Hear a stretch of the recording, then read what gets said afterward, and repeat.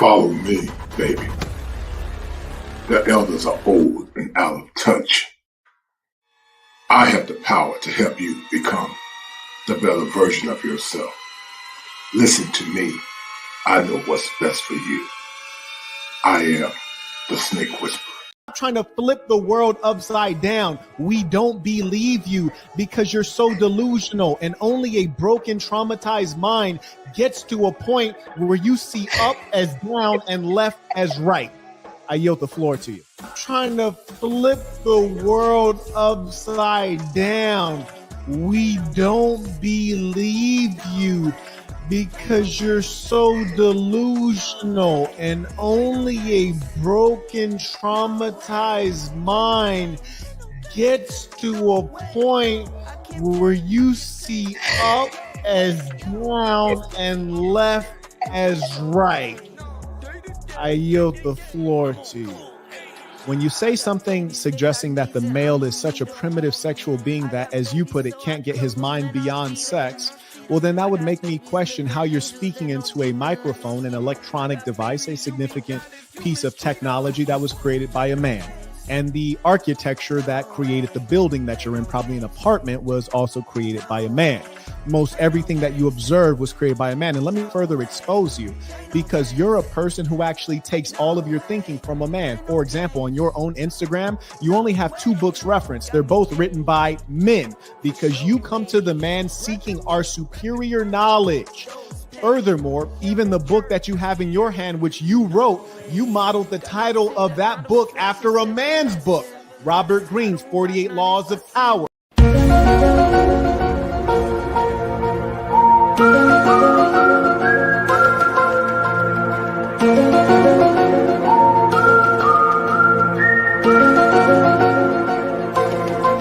Welcome to Machismo TV, the ultimate destination for modern men seeking to upgrade their lifestyle.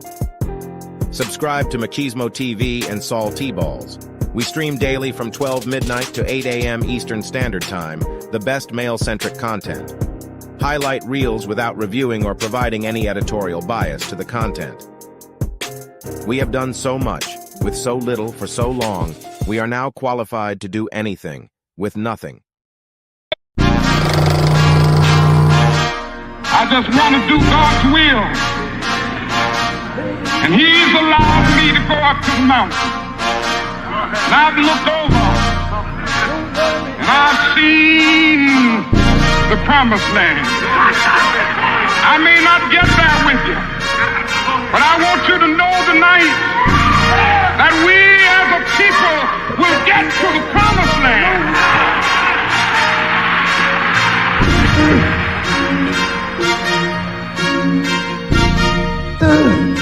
To exclusively marry black men. We are in the middle of a crisis. Black men are in crisis. And anybody who denies that black men are in crisis is ignoring the data, the science, the research, the statistics. It is not a figment of your imagination that there are not enough eligible black men to marry. It's been an honor serving with you all. Autobots, roll out. We roll. Nanobots, transform. She lie on them brothers, separate uncles and nephews and cousins and try to pin us against mothers. How you a woman but ain't got a man for protection, but you undercover? How do you think that we suffer? Thought we were sisters and brothers. Now you get birthed in the gutter. When they rap, they the same ones that cut you.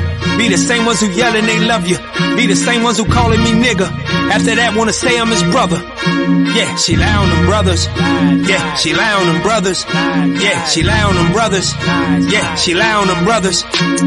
So all going on in your man, you don't get it. And using your women as splitters, then hitters. Put you in place and our family ruin. Target your boys, you don't see what they doing. We gotta beat them, you wanna join them, we just leave them. Your feminist feminism, more like treason. Politics, you don't even follow leaders. First is master, probably cause of your Jesus.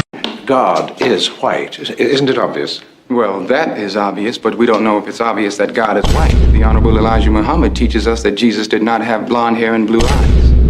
The Honorable Elijah Muhammad teaches us that the images of Jesus that are on prison walls and churches throughout the world are not historically correct, because history teaches us that Jesus was born in a region where the people had color. There's proof in the very Bible that you ask us to read in Revelation, 1st chapter, verse 14 and 15, that Jesus had hair like wool and feet the color of brass. Just what are you saying? I'm not saying anything. I'm proving to you that Jesus was not, and I might quote one of our Indian brothers, he was not a pale-face. This would have been a dick, you didn't believe it. You reap the benefits from your achievements. Penitentiary, all we get is to eat it. But God on our side, baby, we gon' beat it. Chill out on them, brothers. Chill out on them, brothers. I'm big on you. I'm the biggest, baddest. Separate uncles and nephews and cousins and try to pin us against mothers. How you a woman but ain't got a man for protection, but you undercover? How do you think that we suffer? Thought we were sisters and brothers. Now you get birthed in the gutter. When they rap, they the same ones that cut you. Be the same ones who yelling they love you. Be the same ones who calling me nigga. After that, wanna say I'm his brother. Chill out on the brothers. Chill out on the brothers. Chill out on the brothers. Chill out on the brothers. Chill out on the brothers. Chill out on the brothers. Chill out on the brothers. Chill out on the brothers. Break up all these black men with what?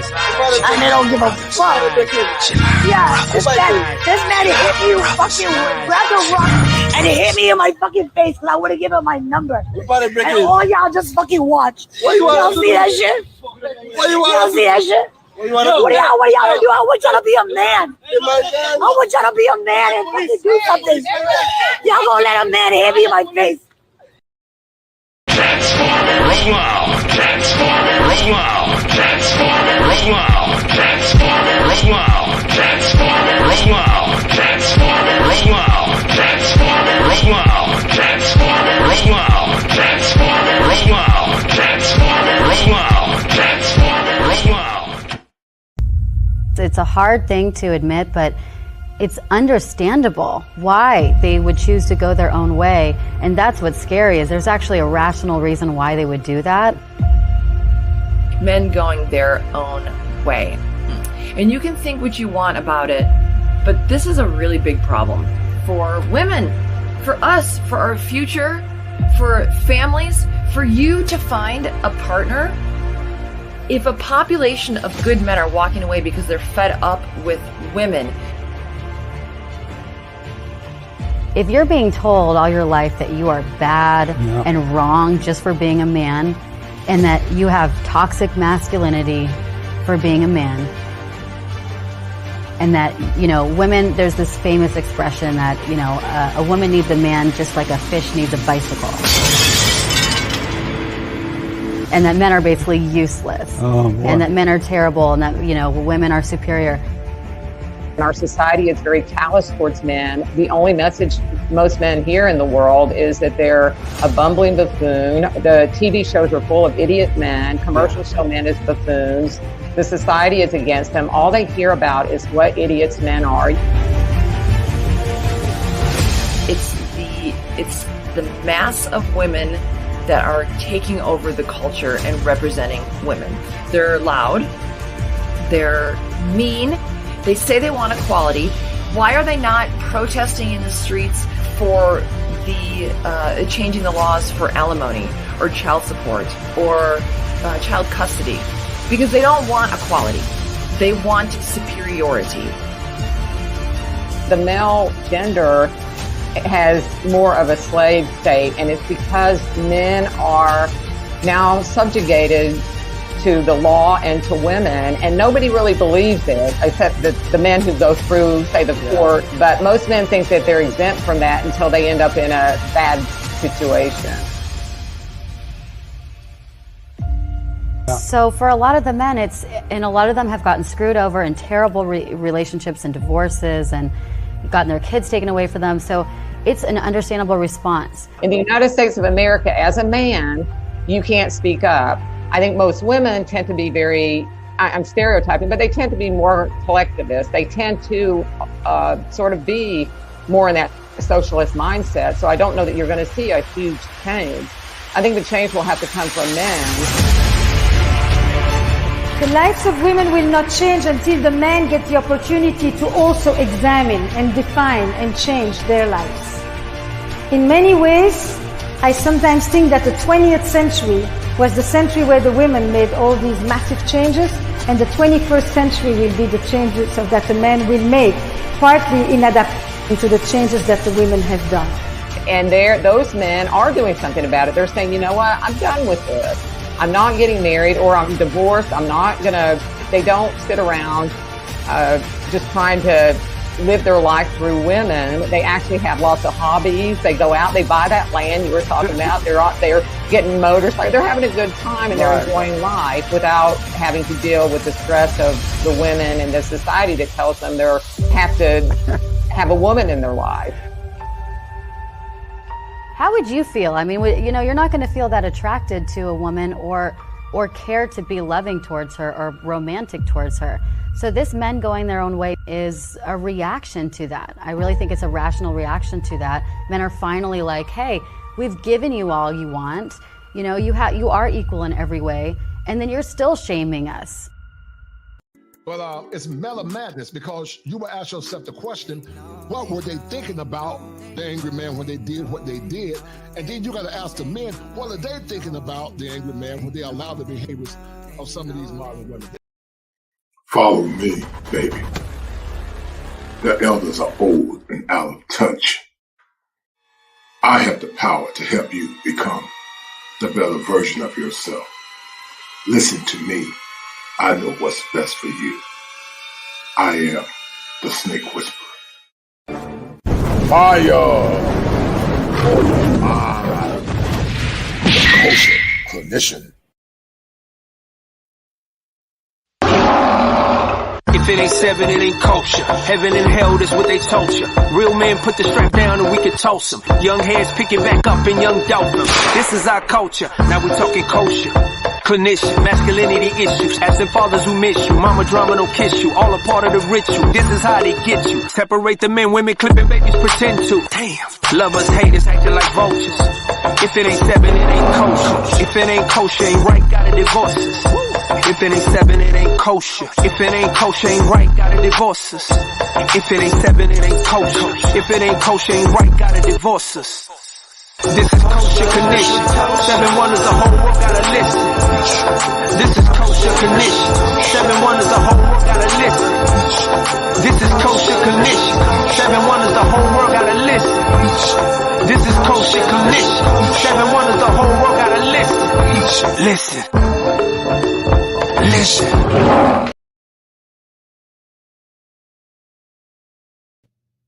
All right, guys, bring it to you live once again from the greatest state in the union, Tar Heel State, where we're going to have a good show tonight.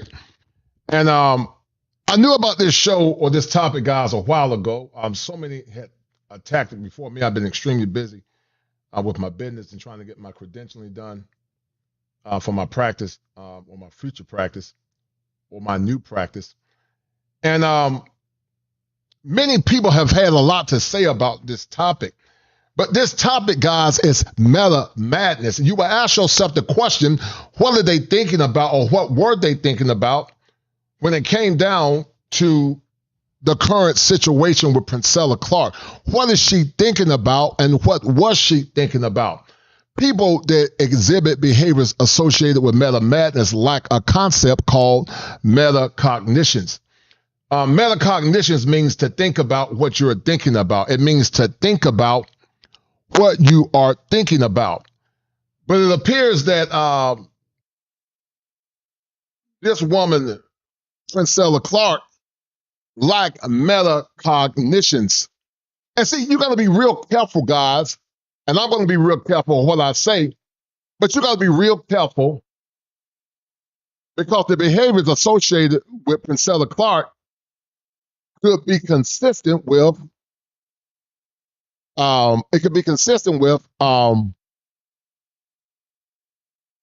unresolved mental illness due to trauma. We know that she has had a very acrimonious relationship with her father. And so what we're going to do, guys, I'm going to play a little bit of the clip real quick before we get into it. And it's going to make sense in a minute. But listen to what she's saying and listen to what the saint is saying.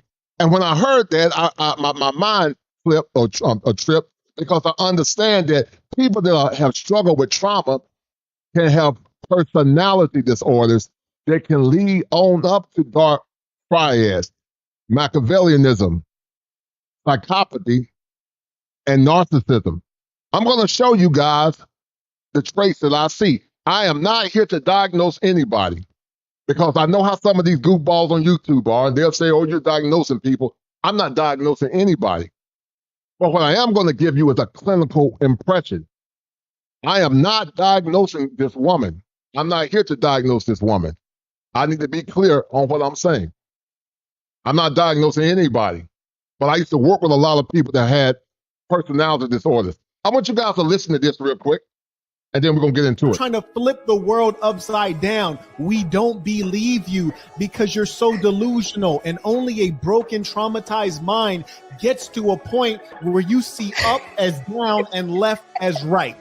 I yield the floor to you. Trying to flip the world upside down.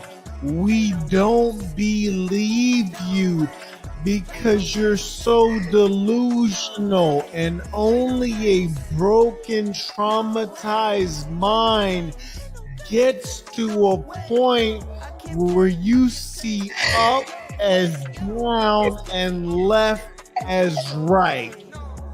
I yield the floor to you. When you say something suggesting that the male is such a primitive sexual being that, as you put it, can't get his mind beyond sex, well, then that would make me question how you're speaking into a microphone, an electronic device, a significant piece of technology that was created by a man. And the architecture that created the building that you're in, probably an apartment, was also created by a man. Most everything that you observe was created by a man. And let me further expose you, because you're a person who actually takes all of your thinking from a man. For example, on your own Instagram, you only have 2 books referenced. They're both written by men, because you come to the man seeking our superior knowledge. Furthermore, even the book that you have in your hand, which you wrote, you modeled the title of that book after a man's book, Robert Greene's 48 Laws of...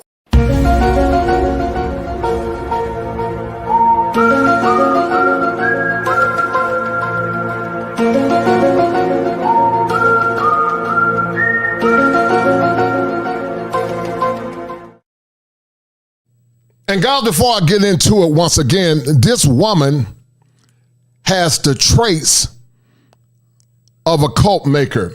Priscilla Clark has the traits of a cult maker. Because let me teach you guys something. I'm going to teach you men something. If you are ever part of an organization where you can't be yourself, when you challenge her talking points, she try to silence you or shut you down, or can't see gray in the black and white, only thing she can see is black or white, and they'll get mad at you because you don't think like them or agree like them. Those are the traits of being in a cult. And see, some of you won't understand it or get it because you don't know what to look for. And let me tell you something. I'm the type of man, no one tell me what to do, man or woman. And if you try it, you can get this work. I'm the kind of man, I'm a free thinker. I can respect your position, but you're not going to shame me into agreeing what you want me to agree with. If you don't like me for who I am, guess what? You can take your ass on. You can take your ass on. And if you try me physically, win, lose, or draw, I will go to your ASS. Because women like Priscilla Clark, she's dangerous. Because she doesn't have trichotomous thinking, but she only have one way of thinking, or struggles with binary thinking. She only see men in black, not white or gray. She don't see the good in men. She only see men as black. And women like that are dangerous. And a lot of time, guys, when you listen to what this woman is saying, it's come from pain. It's coming from unresolved trauma. It's coming from her projecting her anger and her hurt and her pain and her fear. And see, here's the crazy thing about Miss Clark. Because once again, let me say it consistently. I am not diagnosing this woman. I'm going to say it slowly again for the slow folks in the back. I am not diagnosing this woman for the third time. Because I know people that take clips and oh, he diagnosing people. I'm not diagnosing anybody. But this woman have traits that are consistent with dark triad traits. And also she has a strong case of cognitive dissonance. And what cognitive dissonance means is that at a subconscious level, they know what you're saying is true. But they can't hear what's going on because they are deaf. Priscilla Clark is deaf. She denied the evidence that men created a world that she hate or talk about. She denied the evidence that she tried to personify masculine virtues or masculine grace. She denied that she is a woman that has been impacted by trauma. She denied that the presumption that men are beneath women and women are above men is a spirit of the Antichrist. Because see, Lucifer had the same complex that she had. She mocked the Creator. She denigrated the Creator, consistent with Milton's Paradise Lost.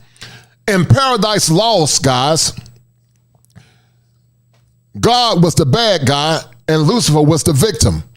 And what she does, she keep women in a cycle of deprivation and keep them in on an evolving level of victimhood because her teachings are cultic and her teachings are consistent with the Antichrist. And what they do, consistent with the scripture, she took the truth of God and she turned it to a lie. And that's why she has a disdain for the Bible, because what she is teaching are or is doctrines of demons. The spirit of the Antichrist goes against order. It goes against patriarchy. It goes against healthy patriarchy. But see, Priscilla, guys, talks about the negative things in theology or the scripture, but she never talk about the good or the benevolence that this same book that she hate actually extols when it comes down to women. Because see, the gospel says to love your wives. It also says to protect her and to die for your wife if you have to. That's not binary thinking, or that's trichotomous thinking. I can see the black, I can see the white, which is the good, but also I can see the gray. Men and women both have dark traits. Men have dark traits and women have dark traits. And this woman had the audacity to say, that men are competitive. But I would challenge Ms. Clark by saying this: women are also competitive. They compete to get the resources of men by using fake up and makeup. They compete by taking another woman's man and not having any impunity about it. They compete by wearing or putting fake injections in their bodies to get the attention and money of men. They compete by being chameleons only to get you once you say I do and then divorce you and take all your resources. This woman is dangerous. And I'm going to say it again, guys.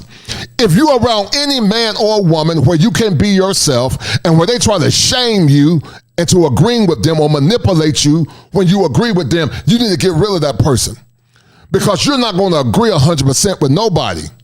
But this woman, what she does, she only see all men in black. And I take great umbrage with that.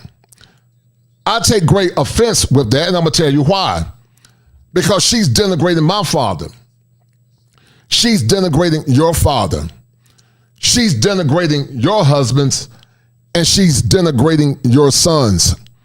And what she's doing, she's using the pain and she's projecting her pain to the ignorant, gullible women that are following her. And the quandary, guys, is this. This woman says she has issues with men and mankind, but she manifests the same traits of the men that she say that she hate. And so her misandry is strong. It's extremely strong and very pernicious. And I'm going to tell you why. Men in this space always say, we don't hate women. I don't hate women. I love women. My wife is a natural black woman. But I'm an advocate for black men in general. And I'm an advocate for the behaviors of women or American women in general. If you're a good woman, we're not talking about you. Good women are self-aware. Good women understand the vertical order of protection. Good women respect their husbands. Good women take accountability for the behaviors that they have. But women like this woman, because she have cognitive dissonance and because she have what's called egocentria, which is predicated in being delusional, when you show her the evidence, guys, she doesn't take heed to the message. Shout out to Ombong Anwa. She doesn't take heed to the message. But what she does, guys, she begin to laugh and mock what you're saying, because instead of her hearing what you're saying, she have what's called egocentria.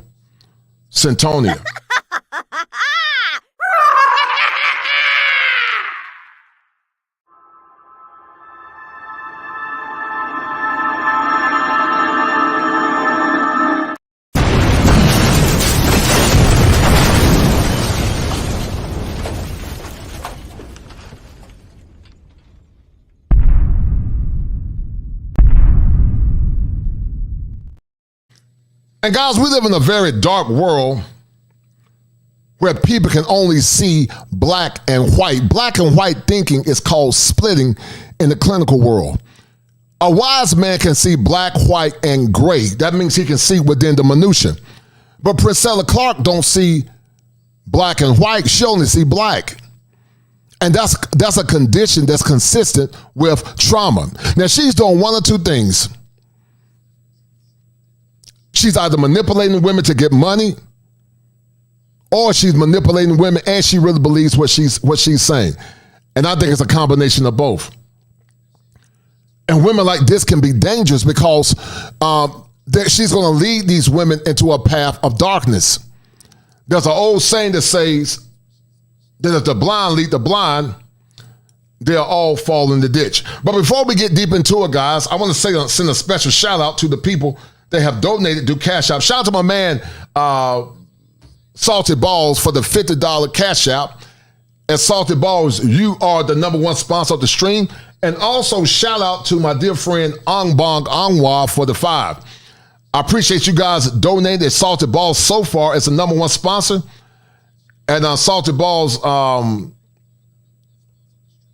tight. And Salty Balls, it's a month.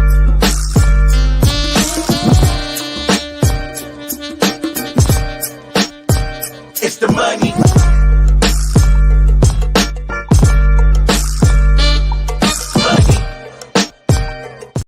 Ongbong Ongwa. So meta madness, guys, once again, meta madness is what you are seeing with this woman and her adherents that are following her, because she has strong cognitive dissonance and she could have an undiagnosed personality disorder.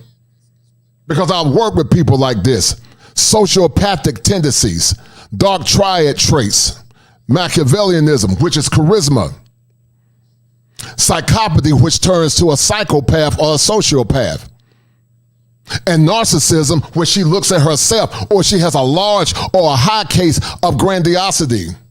She needs that supply. Most narcissists need a supply. They need folks to cheerlead them on. They use simps and broken women to push them on because they are broken. They have unresolved issues. They have unresolved issues from the men that touched her or the man that touched her. And they don't see your trauma and pain. They only see the brokenness based on what the person did to them, because they have what's called displaced aggression. And they overgeneralize. Be careful anytime you're around a person that overgeneralize and castigate all men in a state of negativity. Those people are dangerous. And that's the making of a couple. And we're going to talk about Jim Jones, and also we're going to talk about Charles Manson. Because Jim Jones and Charles Manson, it always, guys, go back to the childhood. It always goes back to the childhood. Children, they develop borderline personality disorder, narcissistic traits, or being sociopaths or psychopaths. They are often neglected, or they've been through some level of sexual abuse. And many times in the black community, because we don't value therapy, that child becomes a manifestation of darkness. And what they do, see, you got to be careful with people like Princella Clark, because I'm going to tell you why. Princella mixes truth with error. And see, when you mix truth with error, it's very compelling. But when you look at it, it's really a lie. And that's what the serpent did, the snake whisperer did. He mixed truth with error. And he told Eve, he said, you shall be as God. But he didn't tell her the whole story. He didn't tell her that she took the forbidden fruit. It would be the death of mankind. And because Adam was a simp, he didn't lead his woman. He allowed his woman to lead him. And so what this woman is doing, she's also projecting something called reaction formation. Reaction formation is a concept based on Anna Freud. And what Anna Freud said was this. Reaction formation means the person might say, I hate black men or I hate men. But in actuality, they really like men. So they personify hate on one end with their mouth. But if you look at everything this woman is doing, even though she says she has masculine energy, if you really have that much disdain for men, and if you say you're perpetuating your masculine energy, then why don't you hone that for the sake of your feminine, if the femininity or the divine feminine is actually God? But meta madness means, what were they thinking about? It's called metacognitions. Because a person that has self-awareness, guys, is aware of their pathologies. They are aware of it. But this woman lacks self-awareness. And the people that she's going to lead them through a path of darkness. Because if you listen to Princella Clark and all the miserable women that have been impacted by pain and trauma, you will never get a righteous man. Because men created this world, not women. And a good man will love his woman and die for her. But this woman, she doesn't get it. And because of that, because they lack self-awareness, they'll carry on the same trauma that she's carried on. Let me read some of these super chats out real quick too. Shout out to my man, read some of these messages real quick. Gregory Scotland said, salute Kosher, everyone, and everyone else. I wonder if Priscilla is a type of female will help put together a list of where not to go on a date. Women such as she and Cynthia G are very problematic for the community. They hate. And not only do they hate what they're doing, they're transmitting trauma based on their past. And if you continue to listen to women like Princella Clark, the women that listen to her, when the chickens come home to roost, it's going to impact them more than others. America's chickens are coming home to roost.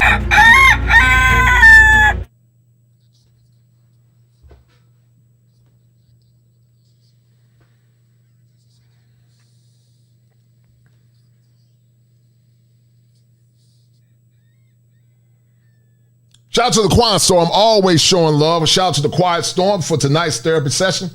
I can't wait to hear your take from a clinical point of view. I have my own reservations about Princella and her debate with Saint, but I would say her book is absolutely trash. And I appreciate it. Thank you. And that's a deal, right? That's a deal, I appreciate it. The Quiet Storm. I appreciate it, brother. Thank you, sir. That's a deal, right? That's a deal, right? Shout out to my man Salty Balls. He said, we are in here, bro. Guys, go subscribe to Salty Balls and Machismo TV. Go subscribe. Welcome to Machismo TV, the ultimate destination for modern men seeking to upgrade their lifestyle. Subscribe to Machismo TV and Salty Balls. We stream daily from 12 midnight to 8 a.m. Eastern Standard Time, the best male-centric content. Highlight reels without reviewing or providing any editorial bias to the content. We have done so much, with so little for so long, we are now qualified to do anything, with nothing. Shout out to my man Salty Balls once again. He said, meanwhile, somewhere, Princella is still trying to cope a feel on the host where she debated Charleston White. Yeah, this woman is what some would call a stud maker. But can you guys imagine if there was a black man that denigrated all black women through cognitive distortions, But at the same time, he was declaring himself to be an alphabet.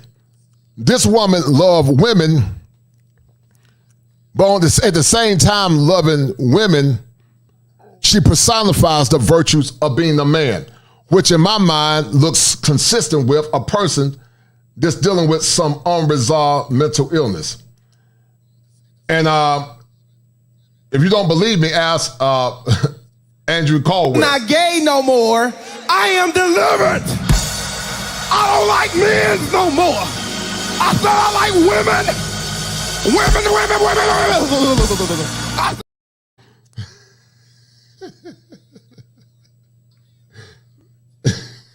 Shout out to Faith the Combis.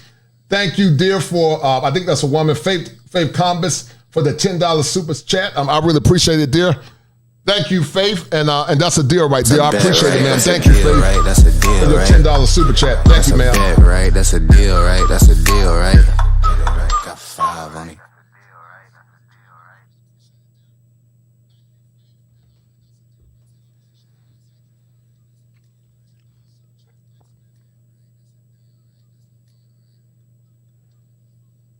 Shout out to my man Motto, the international mango lover, for the 5. He said, it is indeed a truthful fact that the foreign mango has outclassed the American black woman in every way in area of femininity. And, back in the day, mango lover, back in the day, guys, and I say this with all my heart, there was not a woman on this planet pre-antebellum and post-antebellum that was better than the American black woman. Your grandmother and your great-great-grandmother and your great-great-great-great-grandmother. And I would say American women in general, but specifically black women. There was not a woman that was better than the black woman. But many fell astray, guys. They fell astray because they listened to the voice of the snake whisperer. They listen to the lies of liberal ideologies. They listen to the lies that black men were oppressing them, yet black men never had the power to oppress.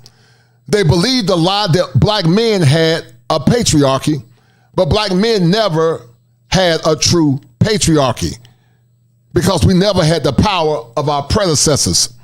We might have a quasi-patriarchy at the micro level, meaning individualized, or meso in some groups or some community, but we never had the power to create policies to oppress women at the policy level.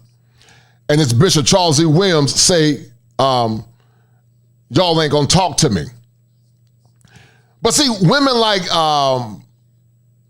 Priscilla Clark and the women that are adherents, they're not unbreakable like women in the past.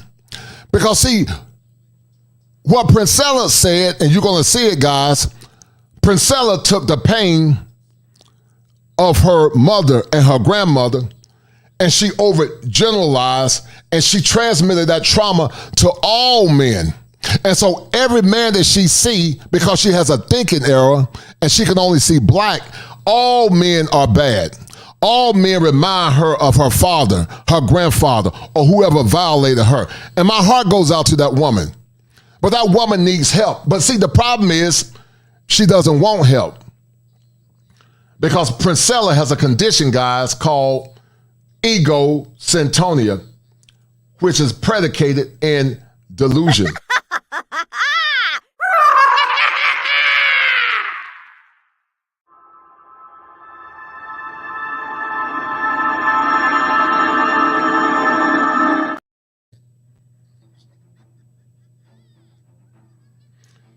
Now, I'm going to continue to read some of these comments, guys, because you're right. She don't want help, Ombang Angwa. She doesn't want help.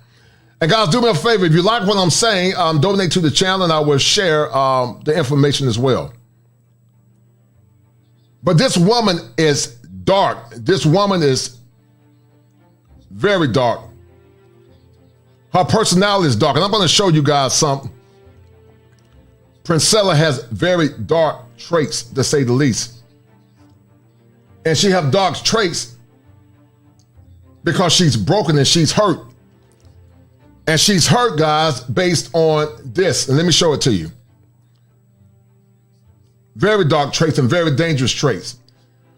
We're going to talk about the making of a cult and Charles Manson. The making of a cult. And I'm going to show you guys real quick. And you guys are going to see what I'm talking about. Because the same things associated with Priscilla Clark is also consistent with Priscilla Clark. And Priscilla Clark has some of the same traits of Charles Manson, or her background, her earlier years was similar. Because watch this, guys. The Father gives direction.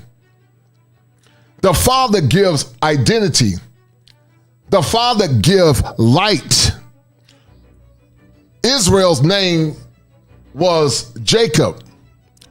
But when Jacob went to the Father, he told the angel, he said, I'm not going to let you go until you bless me. And when the angel got the instructions from the Father, the angel told Jacob, he said, your name is no longer Jacob, but your name is Israel. And see, some of these women don't have an identity because they never got the instructions from their father. And what they do in their brokenness, because this woman definitely have an Antichrist spirit, she deceived the women in her circles, and she deceived the masses because she has a charisma of a charismatic leader or a cultic leader. Because people that are in a cult, they will brainwash you and they don't allow you to think for yourself. And they manipulate you because they don't want you to hear what the master shepherd is saying.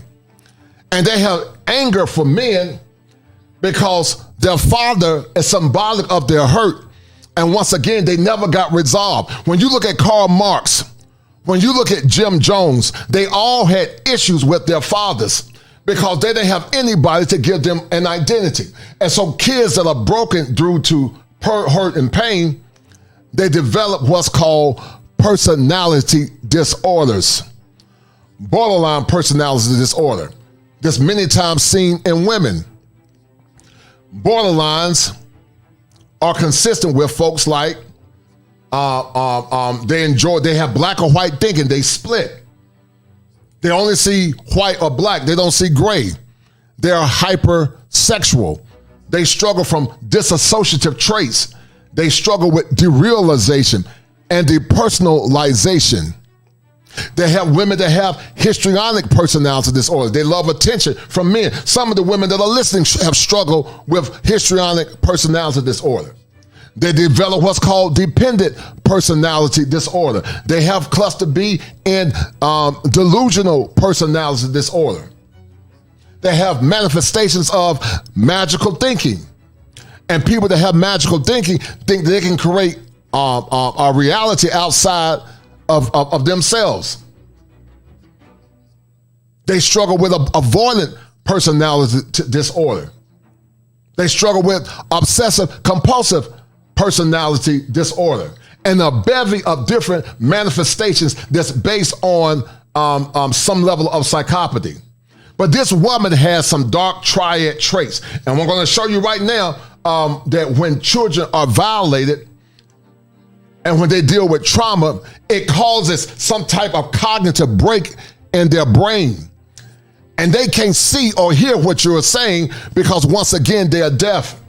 And see, when a person is dealing with trauma, guys, the trauma associated with their pain doesn't allow the brain to grow.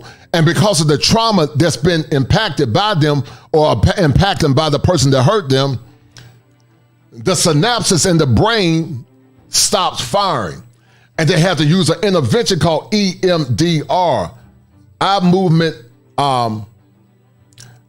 desensitization, EMD, eye movement desensitization response. So what that concept does, it breaks up those blocks in the brain. And then the synapses start firing again and they start having illumination. And that's why you hear me say fire for your mind. I say fire for your mind.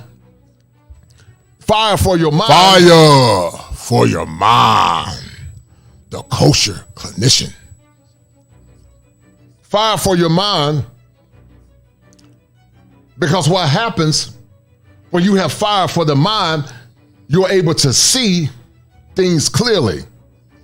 The synapses are firing, but also you have illumination. When you have fire for your mind, you have illumination. You can see through the thinking distortions, and you don't have ego syntonia anymore. You have ego syntonia. Now your ego is in sync, and when you hurt, you see and acknowledge that hurt, and you begin to heal. So fire for the mind is the firing of the synapses in the brain, but fire for the mind is also illumination. And some of you that are listening are dealing with unresolved trauma. And that unresolved trauma has hindered you from having healthy relationships. Charles Manson, let's read it, guys, is one of the most well-known criminals in American history. Like his fellow killer Ed Gein, Mason had a complicated relationship with his mother, who went to prison when Mason was only 5. Now, those are the core developmental years of a child. But when you neglect a child at a stage that early, and you put that child through that level of trauma, it can destroy that child. It can create, not only by genetics, but also by conditioning, it can lead to either a psychopath or a sociopath. Because people that have become sociopaths or have personality disorders, somewhere in their life, their mother or their father hurt them. Their mothers or their fathers hurt them somewhere down the line. Either the mother neglected them, the mother abused them, or the mother wasn't there, or the father left them, or whatever. He never knew his biological father. Listen to what I said, guys. He never knew his biological father and bounced between his aunts and uncles' home, reform schools, motels, and prison for the most of his life until he started the cult known as the Mason family. People that have trauma develop sometimes something called alters. Sometimes those personality disorders, guys, can be tied to what's called dissociative personality disorders. And some say that when a person is exhibiting dissociative personality disorder, some say that that's consistent with, if you look at science, it's a breaking or a snapping of the brain. But to the preacher or to the man of God, some say that it could be demonic. Now, as a therapist, we know that it's not necessarily demonic. But science and religion, sometimes while they clash, they often complement one another. And I'll leave it at that. But this man never had an identity, guys, because he never had the admonition of his father. And Priscilla Clark never had the admonition or the love or the healing or the respect of her father. Somewhere in her early years of her development, she broke or she snapped, and she developed an alter ego to some degree. And who's to say that the Queenmaker or Priscilla is an alter ego? I'm not saying that it is. Let me be real clear. But who's to say that it's not? Because those that have dark triad traits, they are very narcissistic. Grandiosity. Narcissistic rage. When you challenge them, they get in a rage. They get mad. They call you out of your name. They dox you.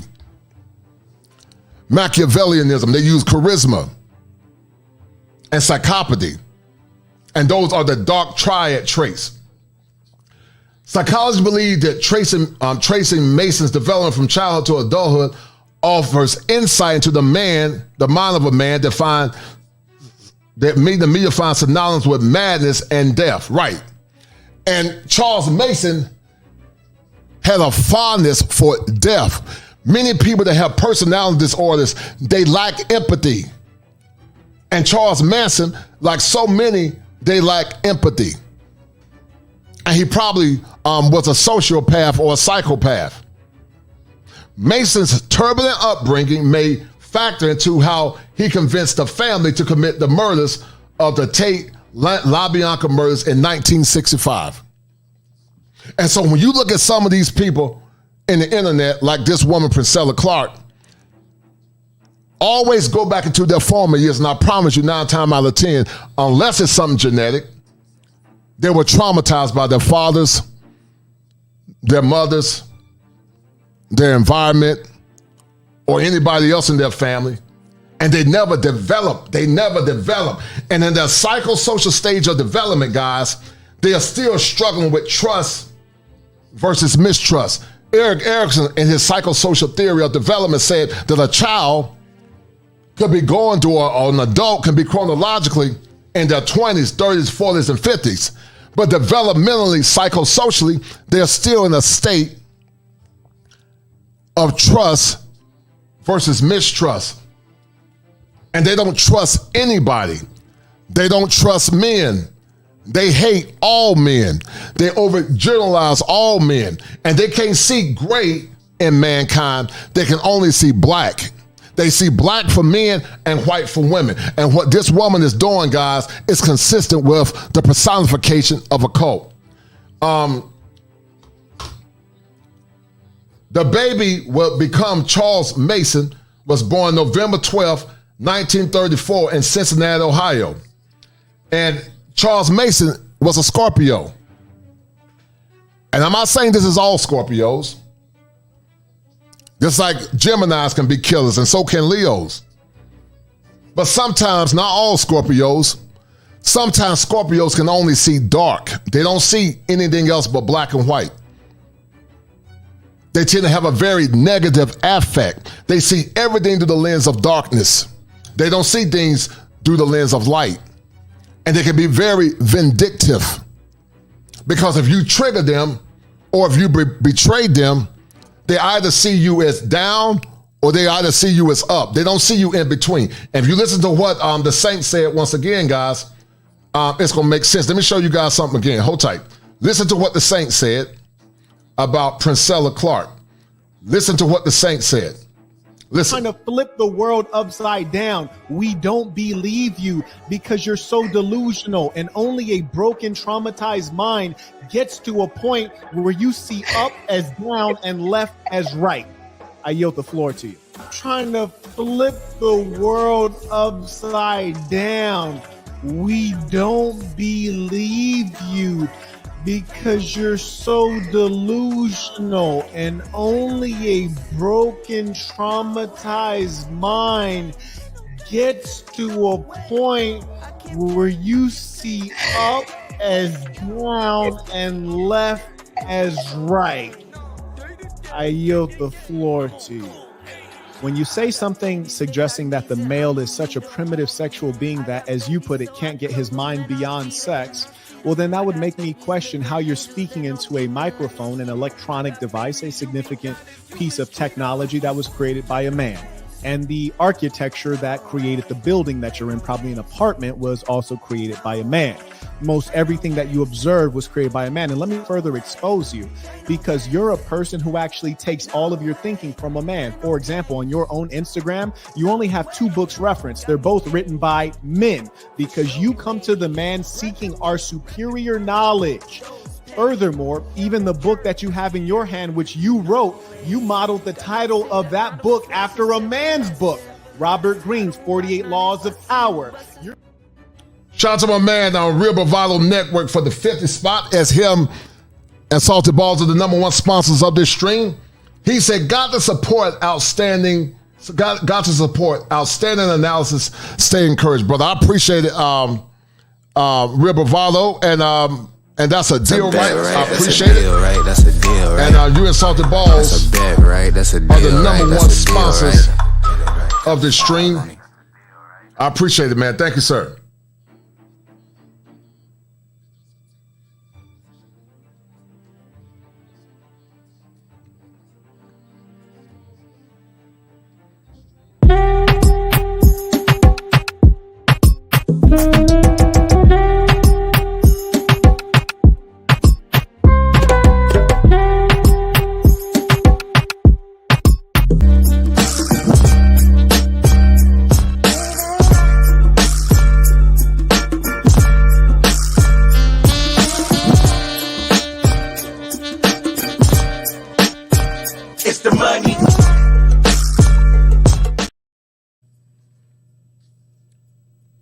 Real Bravado Network was speaking to Amba Angwa. He said, when I get to finalize, I will let you know there are many springboard conversation we can have from that one subject.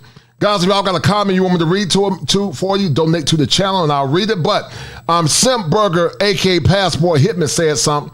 I'll read this one for free. Coach, I've looked at this stuff for years. Most American serial killers came from single parent homes. And see, guys, going back to what I said a minute ago, people that have black and white thinking, they struggle with trusting people because from their psychosocial development, when you don't live up to the pain that their father or their mother did to them, then they snap and they see the whole world as being black because everybody that come into their life, they are suspicious. When a baby is nurtured in a home where the mother nurtures that baby, loves that baby, and provides for that baby, then that baby develops something called trust. But mistrust happens when that child is broken, that child doesn't have love, that child doesn't have nurturing or admonition. And sometimes in utero, the trauma can be transmitted to that poor baby. So they don't see the world in the light of positivity because the environment is not an environment of light. The environment is an environment of darkness. And that's what happened to Princella Clark and so many. And they actually take on the characteristics of the people that they say that they hate. Sometimes the person that violated them, they take on the traits of their violators, in my opinion, my clinical opinion. Let me show you guys something real quick. Shout out to my man KP from KC5. He said, Princella, the evil, the wicked witch of the West. Yes. So, once again, let's finish reading, do this Charles Manson crap. His mother traded him for a pitcher of beer. His mother, guys, traded him for a pitcher of beer. So guess what? Charles Manson grew up not having a healthy ego. According to Manson, his mother once traded him for a pitcher of beer. Kathleen brought her son to a cafe and was chatting with the waitress, who wanted a child of her own and thought Mason was cute. A pitcher of beer, he's yours. Can you imagine your mother sell you for a pitcher of beer?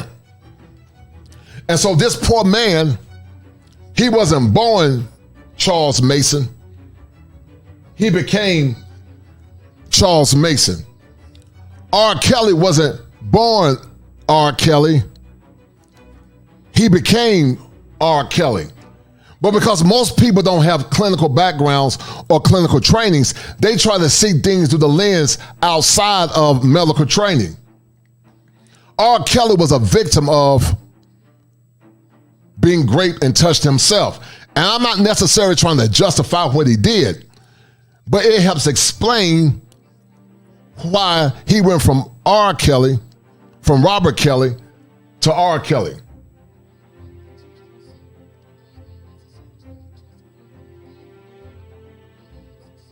Everything you see with Charles Manson was based on trauma and pain.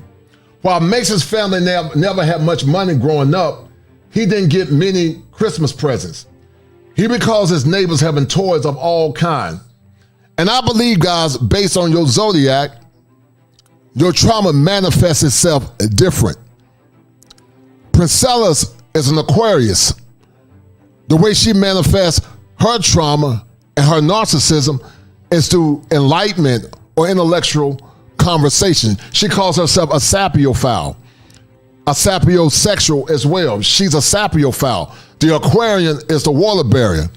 But also, if you listen to what Princella is saying, she's also tied into the occult. She's tied into the occult, and her occult ideology, just like Charles Manson, has a visceral hatred for order, structure, and many times mankind. One year, the only present Mason received was a Superman hairbrush. His grandmother told him it would make him fly, so he kept brushing his hair trying to take off. When the neighborhood kids made fun of him, he gathered all his toys and he set them on fire, and thus became the forming of Charles Manson. Later in his life, while the family was living on the Span Ranch, Manson forced his followers to abandon their possessions like books, watches, and even eyeglasses. And so cult-like members or leaders, they isolate you. They tend to brainwash you. Sometimes that brainwashing is through religious observation. Sometimes when people are in the occult, when you fast, a lot of times, what it does, fasting sometimes when you're in the cult. I'm not talking about biblical fasting. I'm not talking about godly fasting.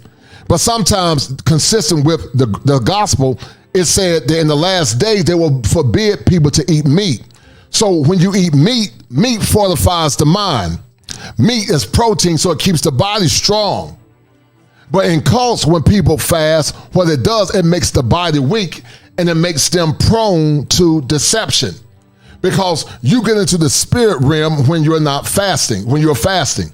The spirit realm can be dark or light. So when a person is fasting, they're more susceptible because their body is weak to demonic influence, but also to manipulative people like this woman, Priscilla Clark, and even Charles Manson. Now listen to this. He was sexually abused at school. After 3 escapes from Gibraltar School for Boys, authorities sent Mason to the Indiana School for Boys in Plainfield, Indiana. Once again, he wasn't born Charles Manson. He became Charles Manson. And as a byproduct of his zodiac, perhaps, him being a Scorpio, it was exacerbated. Now, once again, I'm not saying all Scorpios personify Charles Manson traits, but Scorpios tend to see black or white. They tend to hold grudges. They tend to be very vengeful and very vindictive. And if they were broken in any stage of their development, they can develop trust issues. So once again, he alleges that staff members beat him and older boys sexually assaulted him during the time there. Mason depicted the abuse in his book. So this man potentially, guys, developed an alter ego. And he probably developed dark triad traits and a bevy of things. I know the school is still in operation, but I hope that all the warped, sadistic bastards I met are now dead. So Charles Manson was hurt and he was abused as a child. And this man went on to be a cult leader, and he had many cult followers. Because once again, cult leaders, they will brainwash you. Cult leaders will isolate you. Cult leaders do not allow you to think independently. Many cult leaders are broken people based on trauma from their past, either neglect or also either issues associated around their fathers. Remember, Charles Manson didn't have a father. He didn't have the leadership of his father. So you got to be real careful of anybody that you deal with that don't allow you to be a free thinker. If you got friends in your life and they don't want you to think independently, you better run from that person. Because let me tell you something once again. Not a man or woman control me. I don't care who it is. If I can't beat you physically, if I can't get you from the hip, I'll get you from the clip. And you don't want me to get you from the clip because I'm not besmirched by threats. Because the truth is, the more you threaten me, the more aggressive I get. I get very aggressive when you start damn threatening me because I'm not going to back down. I'm a man first. And some of you masculine men that are men, you should be the same way. So you got to be aware of people that have black or white thinking. You got to be very aware of those that have black or white thinking and they don't allow you to think critically, man or woman. Because narcissistic personality disorder is often seen in men. And men that are narcissists tend to prey on women that are empathic. They prey on women that are empathic. But borderlines also play on, which happen to be women, they tend to play on men that are also empathic and broken. And they will gaslight you. They will have a narcissistic rage when you don't agree with them. They want you to always tell them how great they are to make them feel good. Because on the inside, what they project is grandiosity. But really, they're that little feeble child. They're really in a ball. They're really a person that have a negative ego. They don't feel good about themselves.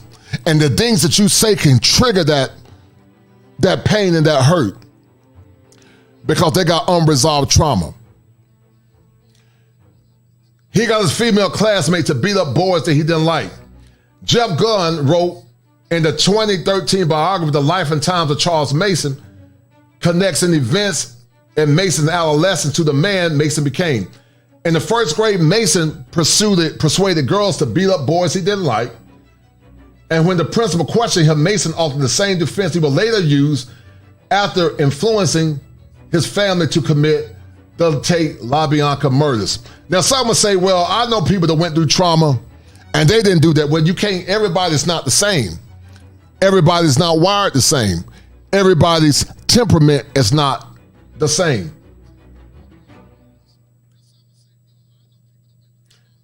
His father made him wear a dress to school as punishment.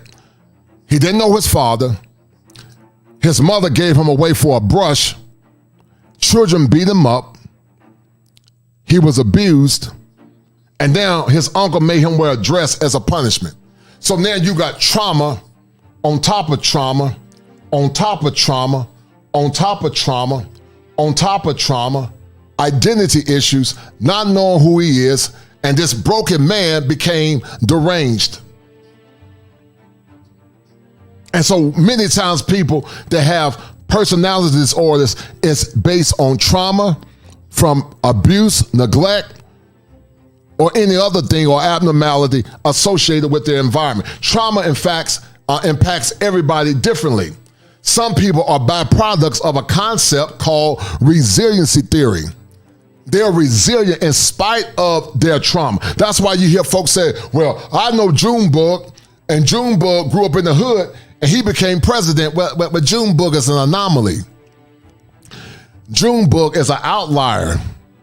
But most people that go through trauma, they become victims of their own trauma, and many times saboteurs of their own ignorance, because the ignorance is what they transmit to others.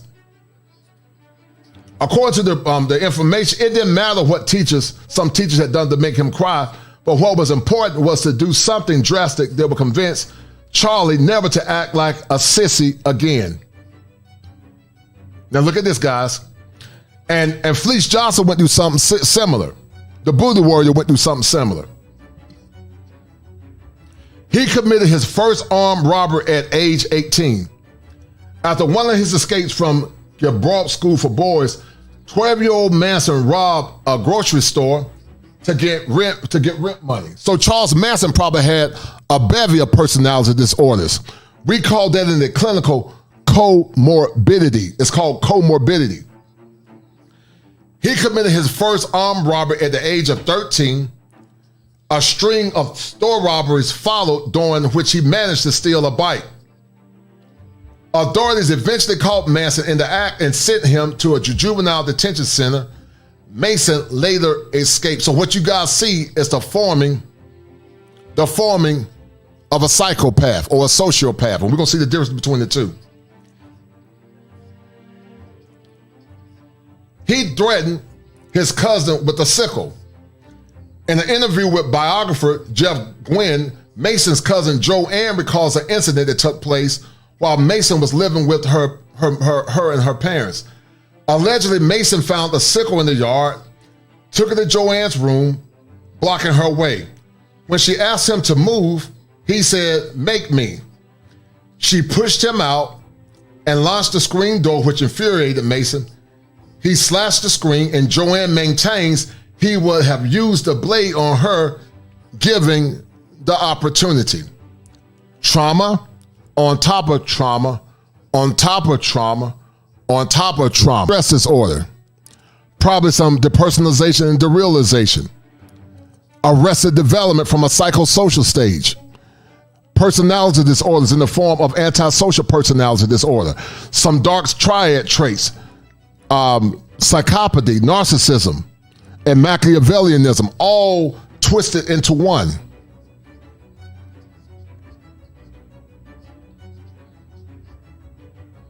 Listen to this, guys. I want you guys to listen to this. And once again, my heart goes out to anybody that were traumatized through abuse, neglect, whether it be physical or sexual. His only happy memory is his mother hugging him. Think about this, guys. The only memory that you have is your mother hugging him. And a child, neurons become intact when they get stimulation from their mothers or their father. But Charles Manson grew up in a broken home. And see, as a therapist, guys, we look at something called the locus or the cow locus.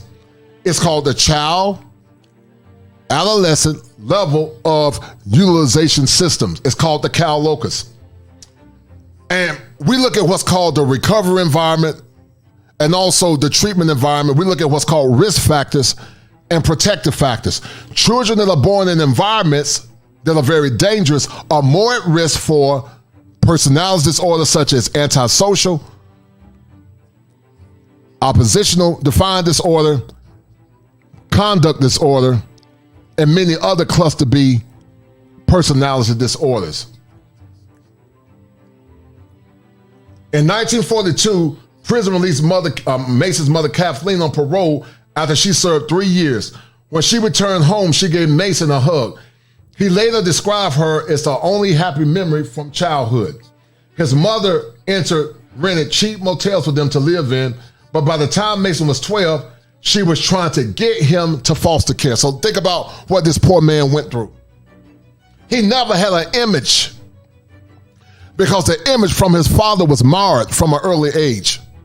His mother gave him away. And he also was abused.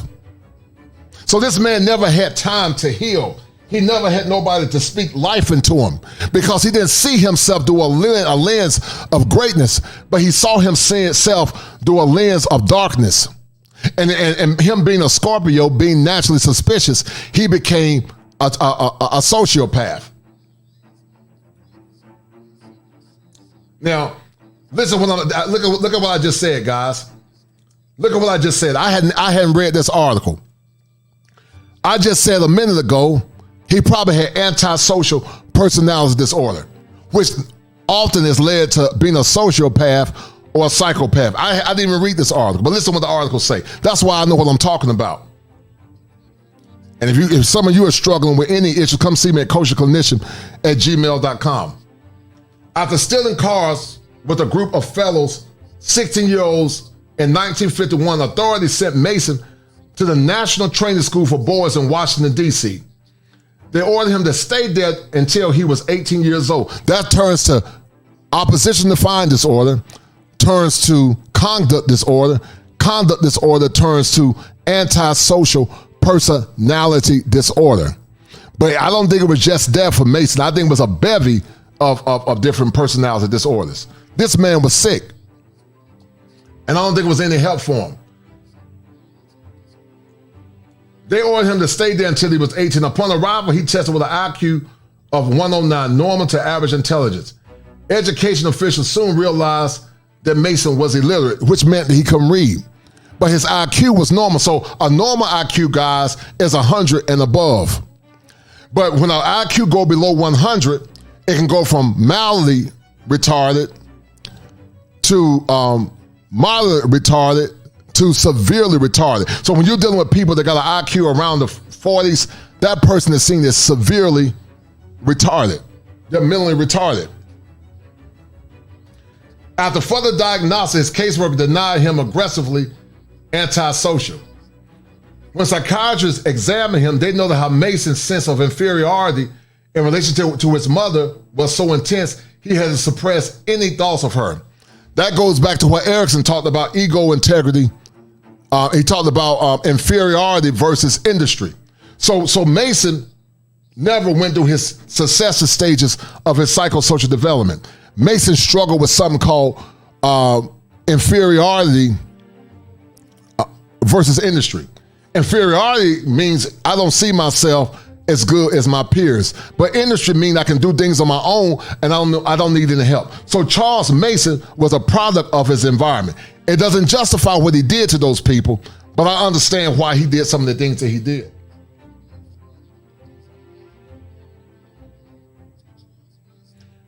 He ran away from boarding school. When Mason was 12 years old, his mother was desperate to get him under control and tried to put him in foster care. Instead, he ended up at Cabral School for Boys in Terre Haute, Indiana.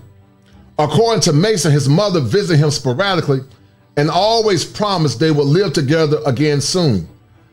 Tired of waiting, he finally ran away and went to his mother's house. She sent him back to school. Now he's dealing with abandonment issues. He's dealing with an inferior sense of self. He has a low sense of himself. She sent him back to school the next day.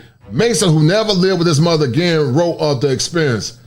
I was bitter, listen to what I'm saying, guys, and I knew real hate. Remember, Mason is a Scorpio. And Mason went to the dark side. He was a Scorpio, and he went to the dark side. He went to the dark side. I was bitter, and I knew real hate. When different zodiacs are impacted by trauma, they all manifest in different ways. If you do that to a Leo, Leos are more prone to be egotistical and have more Machiavellian traits. But his came into what was called psychopathy, either a sociopath or a psychopath.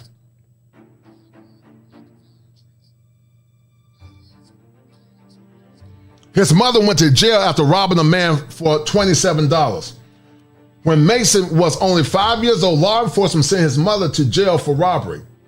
After meeting a man named Frank Martin, she called her brother Luther to help her rob the new friend. Reportedly, Luther pressed a ketchup bottle filled with salt into Martin's back, pretending to be a gun. He smashed the bottle over Martin's head, and the sibling stole $27 after fleeing. Now he's developing antisocial personality. Authorities solved the crime within hours and arrested Kathleen, leaving Mason to live with his Uncle Bill, Aunt Glenna, and cousin Joanne in McMeechin, West Virginia. And so that's all helter-skelter. I'm going to read a little bit more, but I'm not going to read all this. It's too much to read. But here's the main thing, guys, about Mason, Charles Manson. On March 23rd, 1969, Charles Manson visited Sharon Tate's home. She was an actress during the photo shoot. By early 1965, Mason had exercised so thoroughly from record producer Terry Metro's life, he didn't even know Metro had moved out of his Cello Drive home. In Meckler's absence, director Roman Polanski and wife Sharon Tate moved in. On March 23rd that year, Mason approached the house in search of Meckler. Instead, he found Tate involved in a photo shoot with some friends. When she told Mason that Meckler had moved, the cult leader left the premises. Tate flew to Rome the following day. And so, let me read some more of this. And so more or less, guys, Charles Mason became a crime spree where he killed multiple people that happened to be actors. And I'm not going to read all this about Sharon Tate. But you guys get it for the most part. And so here's where the cult starts. On August 9th, 1969, Mason orders the family to kill again. Desperate, Hollywood's horror at the Tate's house ritual killing, Mason still did not feel as though his group had communicated their point. Similarly, he doubted they had truly begun the apocalypse scenario of Helter Skelter.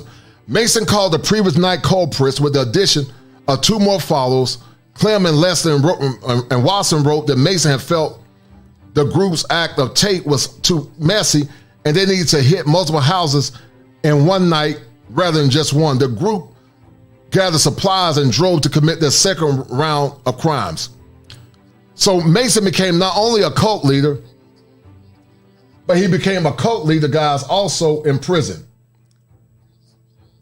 He became a cult leader, guys, also in prison.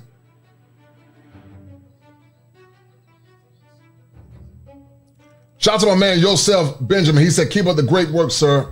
And I appreciate it. And you're dynamite. Thank you, lucky Yosef person. Benjamin. You Thank got you, the number right, because you are talking to kid a dynamite. I appreciate it. You're dynamite. But you guys are seeing what I'm talking about. Charles Mason was not born Charles Mason. He became Charles Mason.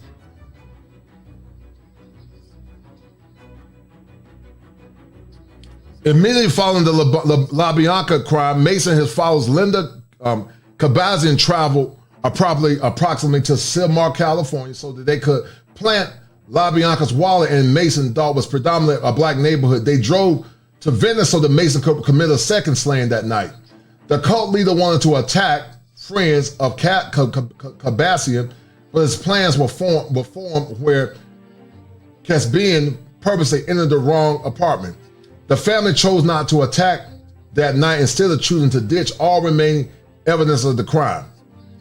So that was the forming of Charles Mason. Now I'm going to show you guys something. I want you guys to go back and listen to what the saint said. So once again, let's look at it again. The impact of a cult, the making of a cult, the impact of fatherlessness. We talked about trauma and genetics. We talked about cognitive distortions. Cognitive distortions are magnification. What Princella does, she has what's called the minimization of masculinity and the magnification of women. She has black and white thinking.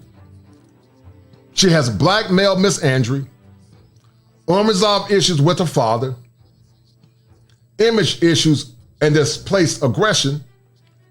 And it appears that she have also what's called dark triad traits. And let's look at what's his man name? That drunk the Kool-Aid. Jim Jones. Jim Jones, guys, was a cult leader. Jim Jones was a cult leader. And you're going to see what I'm talking about, guys. It all starts with childhood. It all starts with childhood. Listen to what some of the people are saying about Jim Jones. Hold on. See if I can find it. Hold on, guys.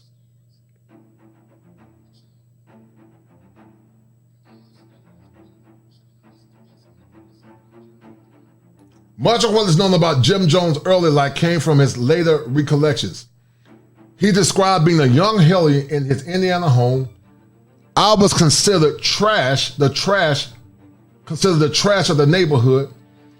He identified with underdog fighting off kids who bully other kids, rescuing stray pets, and taking home beggars. But what happened, guys, with cult leaders, when people start validating them, they can develop what's called grandiosity.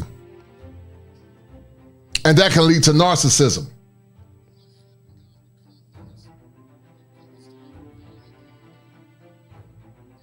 And I'm going to read some of this, guys. Hold tight.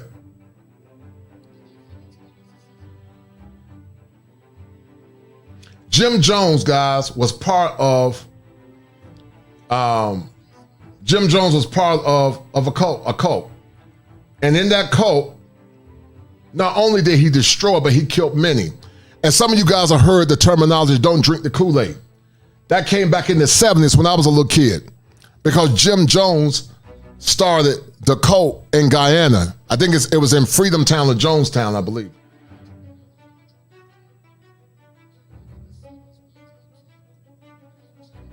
So before Jonestown, how a poor Midwestern preacher became a cult leader. And If you look at what Jim Jones and Charles Manson, they all have some of the similar traits that you're seeing in this Priscilla Clark woman.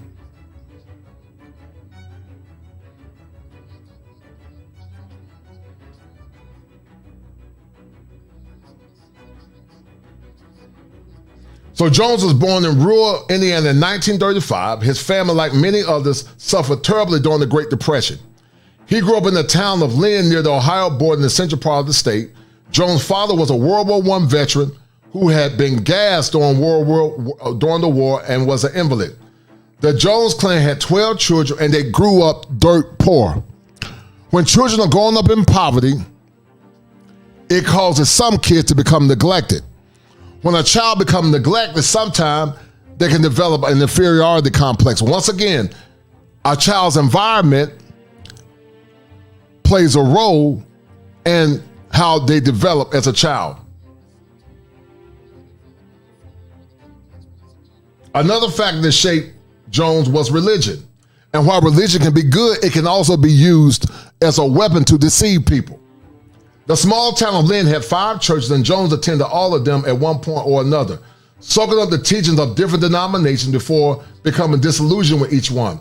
It was clear from an early age that Jim Jones was going to carve his own path in the world of religion. So he was a cult leader, but also he used the church as a way to brainwash people, like so many do. Cult leaders don't invalidate the word of God. But sometimes people have a negativity or have a negative image about the church based on how some use the church to brainwash or manipulate. And this is not an indictment to all churches. In 1957, Jones and some of his followers took a bus trip to Philadelphia to visit a famous black preacher named Father Divine, which was a cult leader. Now listen, the charismatic church leader, which is tied into Machiavellianism, which is a dark triad trait, immediately impressed Jones. Father Divine preached a message of racial equality and communal living, but he also proclaimed that he was God. Machiavellianism, narcissism, and psychopathy. One People's Temple member said that after Jim Jones visited Father Divine, he was a changed man right away. I sensed this change. After that, it was my way or no way. I want you guys to look at this. It was my way or no way. People that have cultic tendencies, they don't see gray. They are intolerant. And they have black or white thinking. Black or white thinking. And it leads you down the rabbit hole, which also turns to the twilight zone. And I'm gonna tell you once again, if you're around anyone that don't allow you to be a free thinker and they force you to choose a side, you run away from that person, because nobody tell me what to damn do. If you don't like me for having my own identity or ideology, you can take your ass on. And I stand on that. And if you try me physically, you can get this work. Nobody tell me what to do, man or woman. And if your mouth gets slick, I can get even slicker. Don't you ever allow anybody to make you feel bad and try to manipulate you into having a mindset. Man or woman. I respect all, but I bow to none. There's not a man or woman on this planet that's better than me. And I don't say that because I'm trying to be arrogant. I just say that because I know what my worth is. And some of you should have a level of self-autonomy where you feel the same way. When people have low self-esteem, they become prey to people that have unresolved mental illness.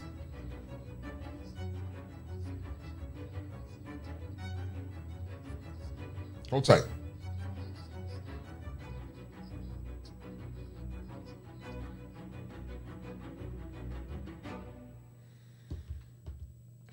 Throughout the early 1960s, Jones changed dramatically and his church started to become the cult he desired. He referred to the People's Temple as a rainbow family because of their diverse racial background.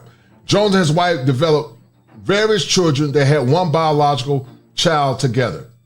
And so what they do, guys, they prey on other broken people. needs drive behaviors. Dr. William Glasser said that needs drive behavior. When I worked with adjudicated youth, we use Glasser's intervention called choice theory. Reality therapy. And with reality therapy, guys, what it meant this. When needs drive behavior based on power, fun, freedom, belonging, and survival, when a person don't get any of those needs met, they become very dangerous. When they don't get those needs met, they come up with behaviors outside of the needs that they're not getting. And so, guys, now what you're seeing is a forming of Jim Jones, the cult leader. As Jones grew to power, so did his wealth. Church members routinely turned over 40% of their earnings to Jones, because many times cult leaders have very fragile egos. Most narcissists, and I'm sure Jim Jones he had what was called probably narcissistic personality disorder, and I will even say he had all the dark triad traits.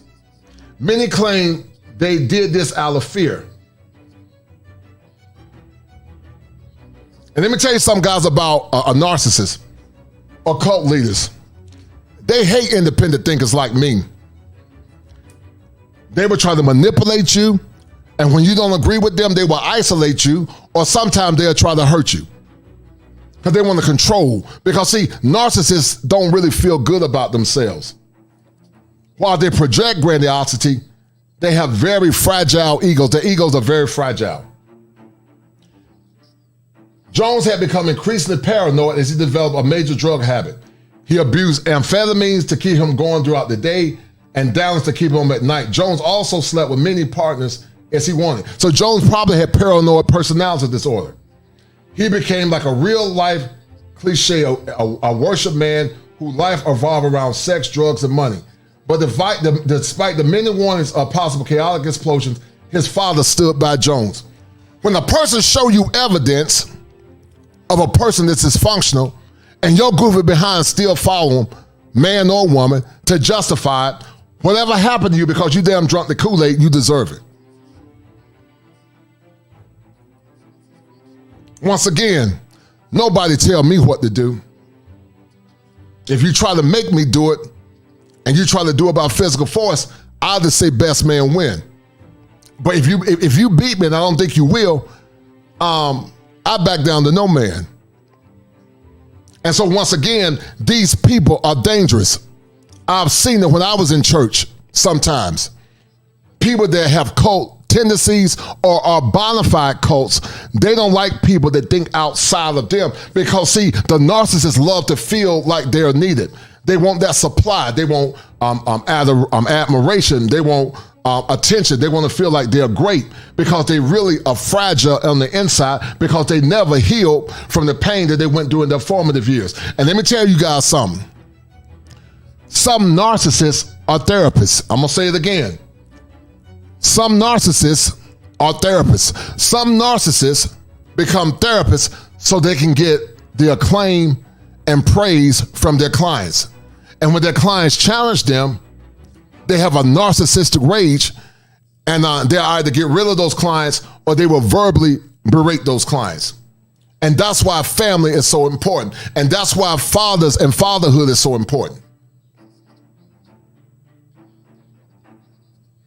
As the 1970s wore on, allegations began to surface about the many abuses that Jones created in the name of his church. His apocalyptic sermons grew darker as his drug use spiraled out of control. In the summer of 1977, Jones and the people Temple followed relocated to a tract of land that had been previously purchased in the jungles of Guyana.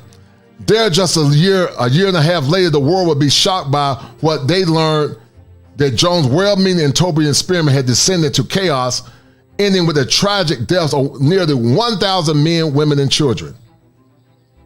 And that's why, consistent with what the old folks will say, if the blind lead the blind, they all fall in the ditch. And guys, I know that was a lot, maybe too much, but let me show you I'm going to show you guys this breakdown with Princella Clark. Hold tight, because I know it's a lot. But part of my job is to teach. So let's get into the breakdown of Princella. This breakdown with Princella Clark. What some would call the cult maker. I know it's a lot. Hold tight. But part of my job is to teach.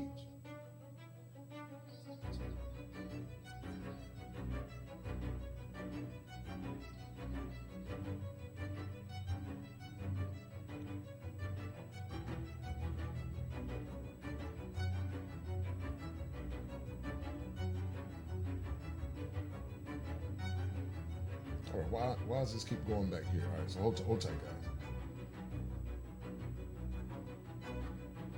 All right, so give me a minute.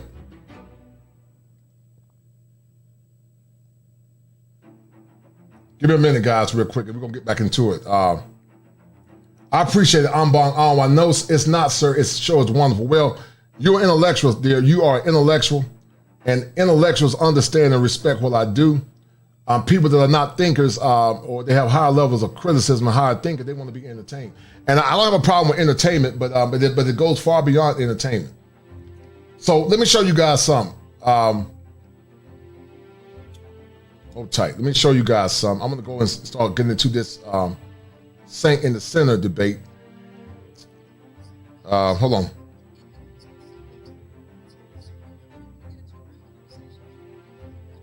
All right, so let's look into the saint in the center. The saint in the center, Priscilla. So hold tight, guys. We about to get into it. And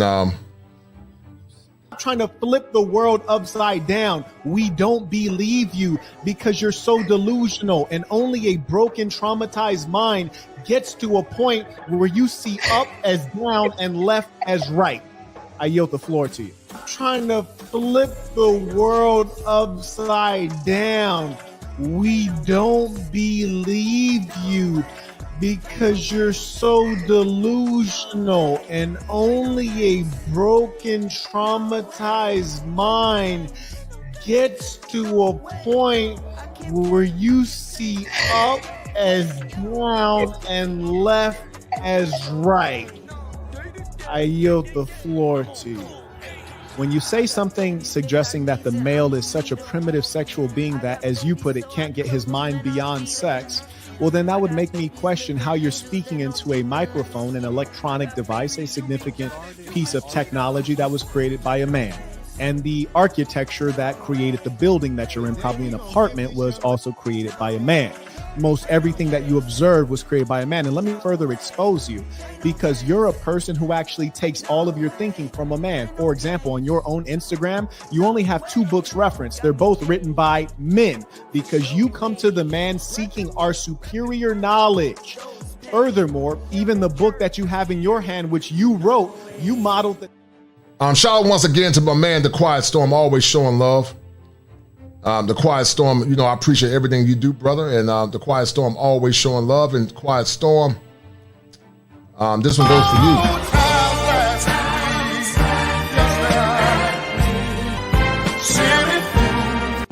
But listen, I appreciate that, Quiet Storm. I'm honored that you said that, man, because doing these shows are not easy. It's not easy doing these shows, man. And I am a licensed therapist, and this is edutainment from me, using clinical concepts from an ethnocentric perspective.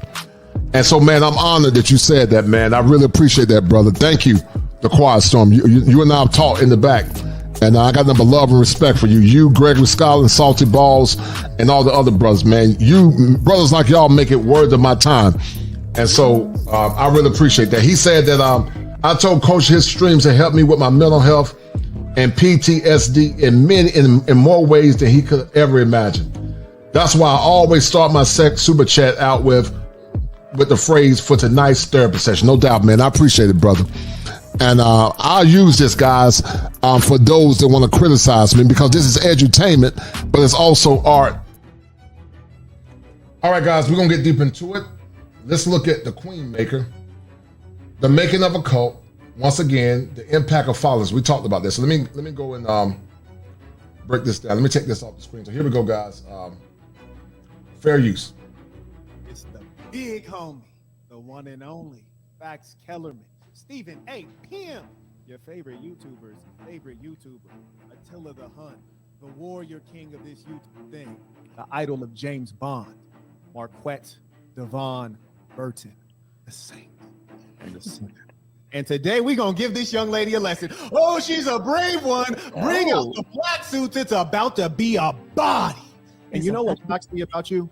What's that? That you was crazy enough to know what you was getting into and still set yourself up for it. Why you do that? Actually, no. You know what, Sinner? Oh, my bad, Saint. I think you more the Sinner kind. But no, seriously. It's been people that's been reaching out to you for a couple months trying to get us to talk. And this last person who reached out to you, they reached out to you because they saw me on Fresh and Fit. Okay. Now, somebody else actually reached out to you back in November. Right. And the reason that they reached out to you is because they felt like you would be a better opponent to me because I tend to slaughter everybody that I come across.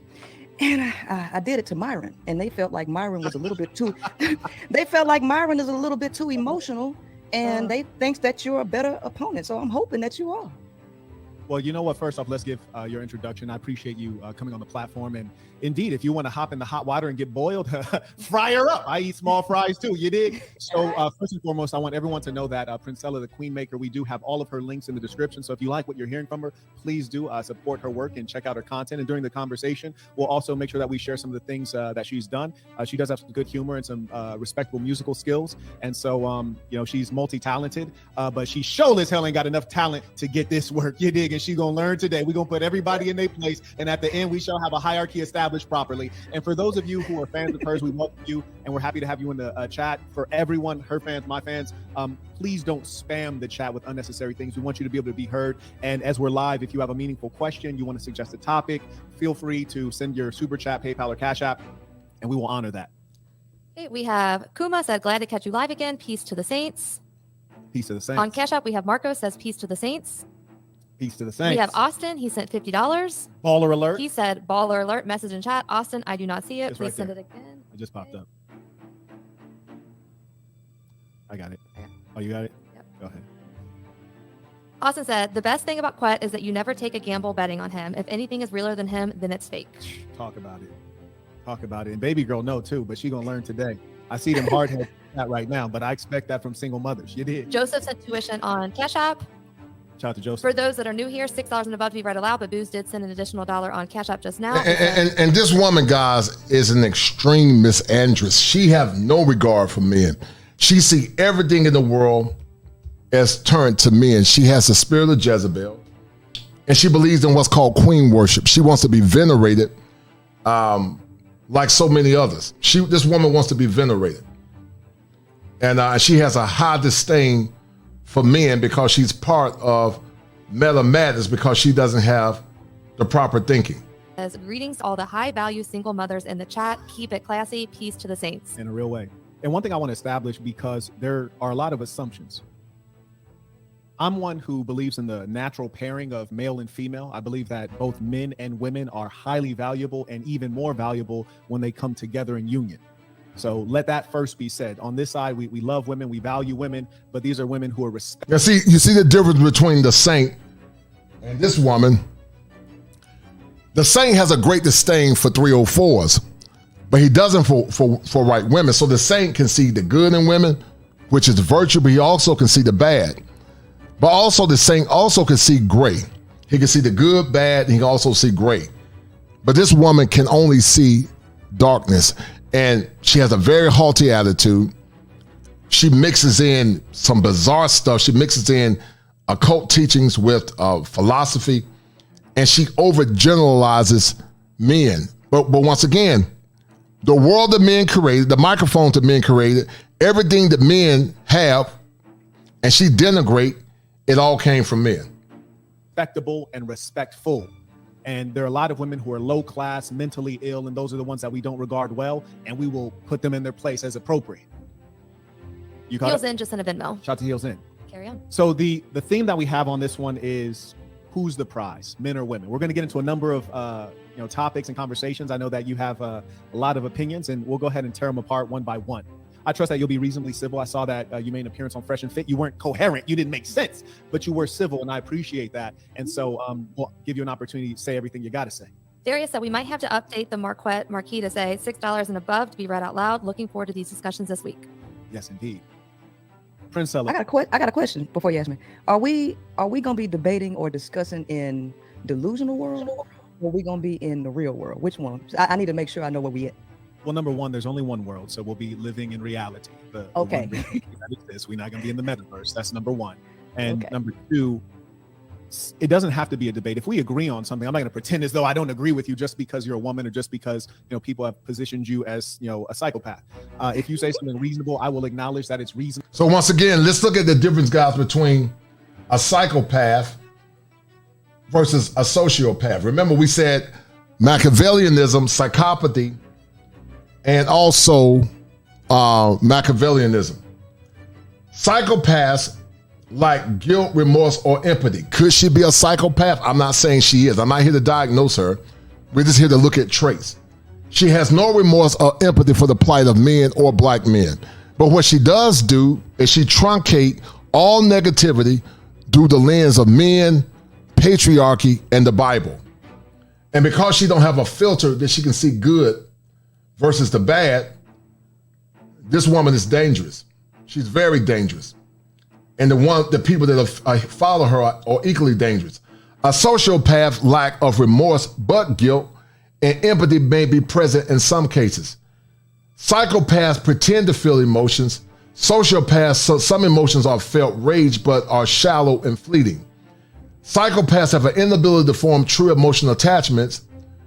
Many may form from attachment from one or to few. Psychopaths tend to be successful, while sociopaths have a consistent irresponsibility, repeated violations of the law. If you think about Princella, she's very successful. Dishonest, manipulative behavior, narcissism, and superficial charm. That's the Machiavellianism.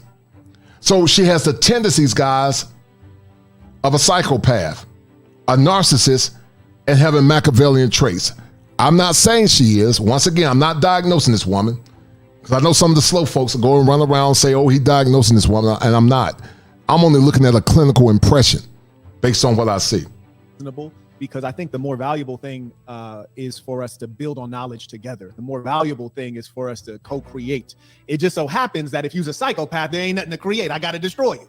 But baby. If I'm a psychopath, I understand that, because real people are psychopaths in the Matrix. That's why I asked you, were we going to be in reality or are we going to be in the Matrix? Because if we're in the Matrix, yes, I am a psychopath. Yeah. Oh, boy. Okay, on PayPal, we have Joshua said tuition, Mr. Malave. It has begun. Shout out to Mr. Malave. And Bitcoin Bandit said she didn't smoke Myron at all. She was making a bunch of nonsensical arguments and still lost despite Myron being ill. And you know what I really hope is that both the males and the females watching can be reasonable and they can try to gain something from the conversation. I hope that all of the females in here on her side who at least came in on her side aren't thinking like, oh, like everything he's saying is bad, and all the gentlemen on my side and the ladies on my side as well aren't looking at her like, oh, she's a psychopath feminist. Give her a chance to express herself and we'll see what's what. Now, number one, I notice a lot of your personality is starting to propagate in what they call the manosphere, of which I don't claim to be a part of. And these are essentially women who are playing in a man's game who for some reason are concerned with the affairs and conversations of men. I know that there's obviously Prophet, Just Pearly Things is one such woman who comes in and basically repeats all the things that guys say. And then people are like, oh my, that was brilliant. And then they send her a bunch of money and make this upper middle class white girl even more wealthy, when really a real man is never led by a female. So my question is, aside from the money, is there any other reason that you've entered the spaces of men attempting to establish a perspective? Actually, I don't even go to men's spaces, right? I pretty much stay in my own little lane. However, men tend to come to my lane, or people who are in my lane demand or request that I take on certain people. I don't really care what people are out here doing, especially when I know that they're crazy, right? You didn't ask me my educational background, but my educational background is cellular molecular biology, so I kind of tend to stay. We'll get into that. Do you mind if one thing we want to try to do is just to keep things neat, not to say we won't get into that, we will, but just to keep things neat. If you say you finish an answer to a question and you want to go on to something else, we can definitely address that. But I'll just book in it there so we can respond on that one topic. Sure, no problem. Yeah, but I don't go into male spaces. No, I don't. because I don't care what space. Yeah, because I was requested. I was asked to go there. I was asked to go there. How did you end up on Fresh and Fit? How did I end up on Fresh and Fit? So yeah, you repeat my you process is slow there, baby. You ain't gonna make it. No, seriously. No, baby. When they press you ask me to repeat things that I know you heard the first time, so you ain't processing on the level to get you with this A1 game. I'm gonna give you a chance. No, look, so let's cut to the chase. So I've been doing YouTube for about a year, okay, and I'm totally in my own lane. But the conversations that I have a lot of people requested that I talk to certain people, just like they requested that I talk to you. Okay, I didn't come. Yeah. Say again. What was my question I just asked you? What was my question? Your question is how I ended up on Fresh and Fit, right? Correct. How did you? And I just told you. And I just told you people requested that I go there, so I asked them to go there. Right? Okay, so you're saying the fans suggested it, and yes. so you Fresh and Fit to go on their show. Yes. Okay, so the actual answer to my question then is I requested to go on Fresh and Fit. So what you did, which is very common, not only among females. Because that's what y'all like to do. Y'all like to take bits and pieces of the trip. Y'all like to take bits and pieces so you can flip it out of context. I'm not gonna let you do that to me. We usually assign to females that they don't take what's called accountability. They don't acknowledge what is within their control and within their decision making. So what you've done, hold on one second, love. I'll give you time to speak. Go ahead. What you've just done is I said, how did you end up on Fresh and Fit? Yeah. How did you end up there? Well, the answer is that you requested to go on Fresh and Fit. Well, how did I end up here then? How did I end up here then? Would you mind not interrupting me? I think we just said, I promise you, I will stop talking and I will yield the floor completely. But if you allow me to complete a sentence, right. Okay. So you requested to go on Fresh and Fit, but instead of just saying that, which is flat out what it was, and there's nothing wrong with that, you said, oh, well, my fans had told me I should go on there. And so following the advice of my fans, then I asked them to go, and that's how I ended up on it. You see, that's a big, long story, when the reality is, why not just say I asked to go on, which is the truth of the matter? Because I'm sure your fans the whole truth. No, the entire truth. Yeah, I see you're getting out of control. You're not going to be a good representative for these women if you're showing them that you can't engage in dialogue. You have to stop talking to listen, and I'm going to at some point stop talking so that I might listen to you, and I'm going to listen to you sincerely. I do want to hear from you. So rather than taking accountability and saying I chose to go on there because I asked them. So listening to understand, listening to respond versus listening to understand. Shout out once again to the Saint with this epic debate with Princella. I would call it the cult maker. I'm gonna do a part 2 to this. But I'm just giving you some of the forerunning to it first. I wanted the first show to be focused on how cults are made. The first show was to focus on how cults are made. The second show will be a recap to this, and we'll go through the whole gamut and the whole process. I got a whole series on this woman. You can't blame your fans, because then it would seem that you're doing everything your fans asked you to do, because I trust they've asked you to do many things that you've not done. They've made many recommendations that you've not taken. So that's something that you chose to go into a male space, probably for the benefit of your own exposure and clout. And there's nothing wrong with that. I now yield the floor to you. Okay, so you asked, since a lot of people like to go into male spaces, first of all, why would I be going into a male space? I don't just go to male spaces, which is the truth, okay? Why did I end up going there, and how did I get there? Why is because the demand increased, and then I took on that demand and I requested. So that's the whole truth. Now, the problem that I have with the so-called manosphere is y'all like to tell half-truths, and I don't play with half-truths. Right? So if you ask me, I'm going to tell you the whole truth and nothing but the truth. Now, if you have— But this woman is delusional because she does play with half truths. When she gives the half truth that the whole world, that only men are, that all men are bad, and women are a byproduct of men, and the reason why women do the things that they do, she was on Sister George's show and the Concrete Roads, and they did a very good job. But the reason why men are the way that they are, women are the way that they are, because of this evil patriarchy that have brainwashed women to accept what men do. Have a problem with that, I understand, because you want to flip a narrative, but I'm not going to let you flip no narratives on me. I'm going to tell you the whole truth. Thank you. Is that a problem? Do you yield the floor? I want to make sure that I'm respecting. Yes. Fantastic. So number one, and I will play this clip because I found it to be a comical clip that you made. People were insulting you, calling you a male, and you flip that in a very clever way. You're an intelligent person, and that's something we can all acknowledge. One thing you're not is a good listener, because you just spoke about the manosphere, and I already stated that I'm not a part of the manosphere. You have a manosphere mentality, though, so it's the same thing. I see. This is quite common. And I bet you'd be an expert on this, because you're a person, a female, presumably, who's been hyper attentive to what's going on in the manosphere for no explainable reason. All I could see is that it's about money and clout. And so what I asked you earlier, is there some other reason that you're putting yourself onto these platforms? Well, to get a message out. You know why?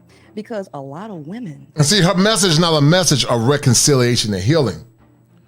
but her message is a message of misandry. Her message is a message of misandry and the hatred of black men. That's what her message is. It's a message of misandry and the hatred of black men.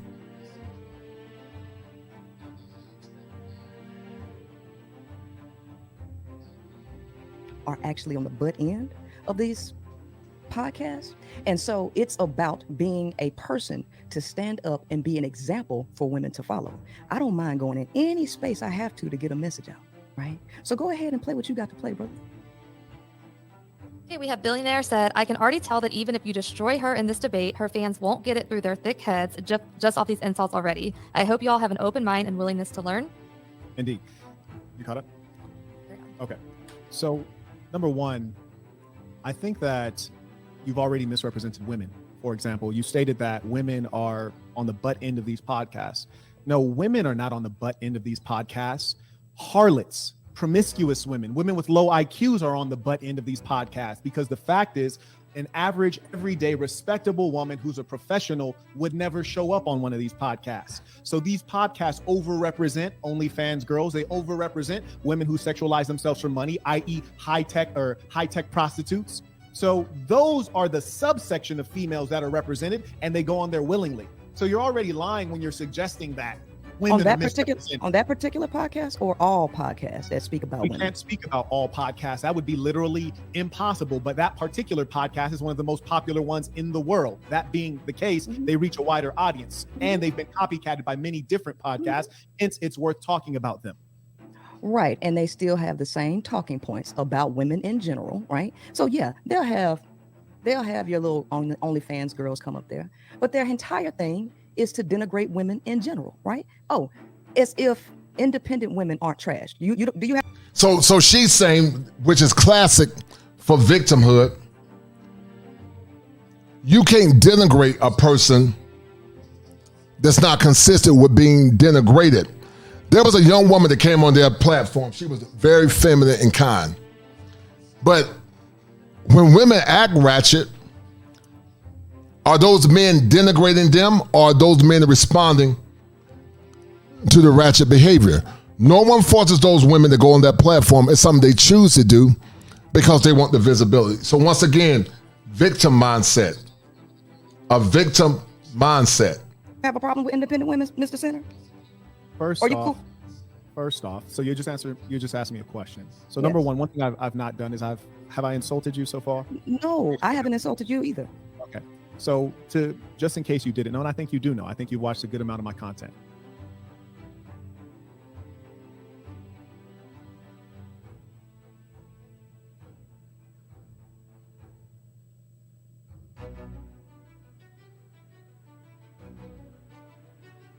Well, you said that I don't listen, but you don't either, because I just said, does that make sense to you? No. But I just said, I've never watched your show. I told you that people reached out to you so Now that we you're could lying. talk. No, Now you're I'm not. Oh, so now I'm a liar. How can you say I'm a liar? How can you say that I'm a liar, that I don't watch your content? Are you just that ego driven to believe that everybody watches your content, sir? No, people reached out to you to talk to me, and they kept reaching out to me to talk to you. I didn't know who you were until people started reaching out saying, talk to this guy. So no, sir, I don't watch your content, and I don't know who you are. So if you think me calling you the sinner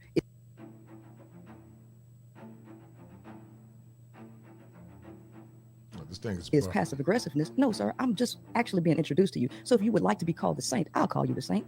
I don't have a problem with that. You're already exposing yourself for being petty, and I want you to know that as an adult, there's nothing wrong with admitting where you're wrong. For example, using basic logic, which I know that you lack clearly. Yeah, I'm petty. One second. If you were to call someone by a shorter version of their name, you would use the beginning part of the name, which is the name is the saint in the center. Hence, you would use the beginning. So either you're a complete fool or you're illogical. Or I'm actually military, because guess what? The military goes by your last name. So what kind of game you want to play?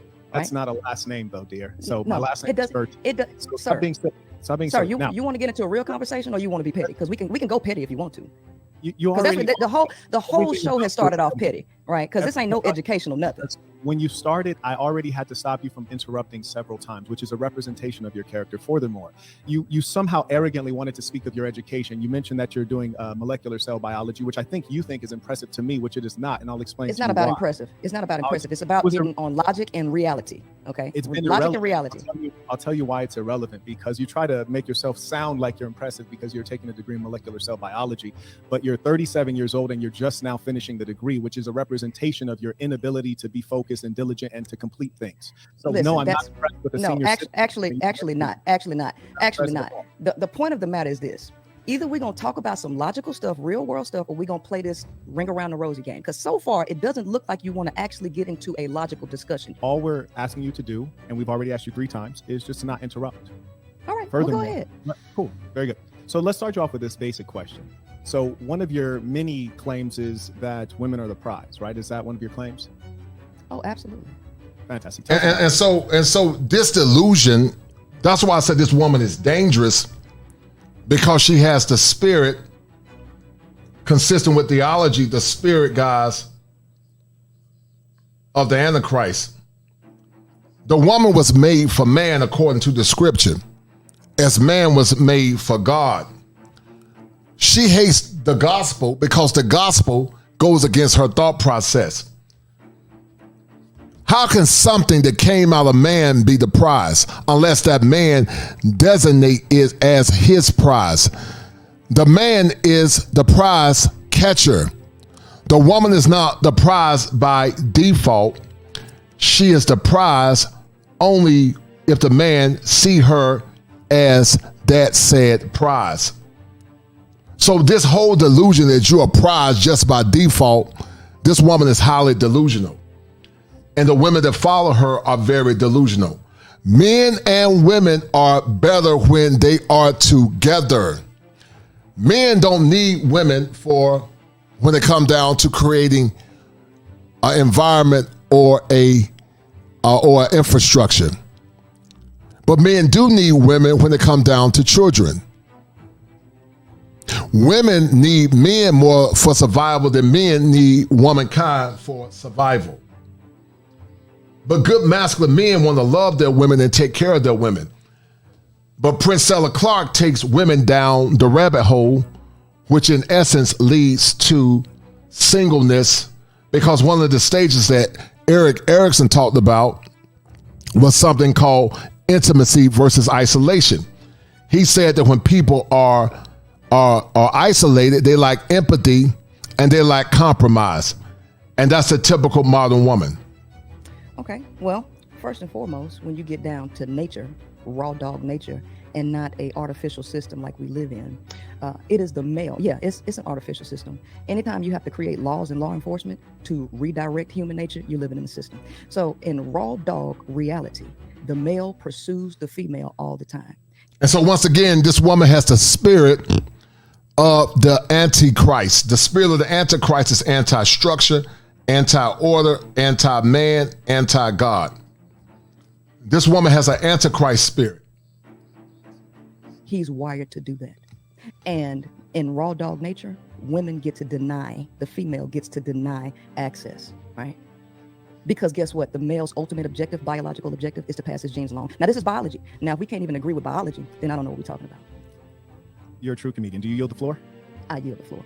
Fantastic. Go ahead. Okay, we have 16 books at Peace to the Saints. You already know why I'm here. He got the cold-hearted blue. Get the dry ice ready, fellas. 16th book. Hef.com said, tuition, thank you for all your guidance, Marquette. Because of you, I have completely eliminated alcohol and drugs from my life altogether. Peace to the Saints. Peace to the Saints. That's a beautiful thing. Very Dylan said, no man wants her. Jerry says she has the gaslight tactics on tap. Wow. Well, it's impossible to gaslight a man such as myself, but she's making many attempts. We'll see them fail, just as her life in totality has failed. But to your point about nature and the state of nature, you use strange terms like raw dog reality. I imagine you probably got raw dog, which would have made you a single mother. And I don't need You assume I'm a single mother. What makes me a single mother? Your attitude, but let me No. What makes me a single mother, Sinner? We warned you earlier about cutting off and interrupting, and I see that you're doing it again. And so you can bully and not actually have a conversation, right? You're cutting off again. You see, you've been warned 4 times. Did I interrupt you while you were talking?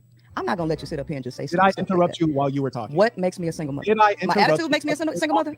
Does my attitude? No, seriously. Does my attitude make me a single mother? Now you're behaving like a child. We've tried to establish a civilized debate here. When you were talking, saying random things like that does not quantify debate. You were talking. What makes me a single mother, Saint? What makes me a single mother? No, you can't make a you can't make a claim and then not expound on it. And I said, what makes me a single mother? I asked, do you yield the floor to make sure I didn't cut you off? I showed you utter respect. Even though you're not a respectable person, I showed you respect. And when you were talking, I didn't speak. And then when I thought you were done. Shout out to my man XL Pro for the 5. Shout out to XL Pro for the $5 cash app. Thank you, XL Pro, for showing love. I appreciate it, dear sir. Thank you, XL Pro, for the 5. Thank you, sir. I still didn't go out there, except that I asked you. I said, what makes me a single mother?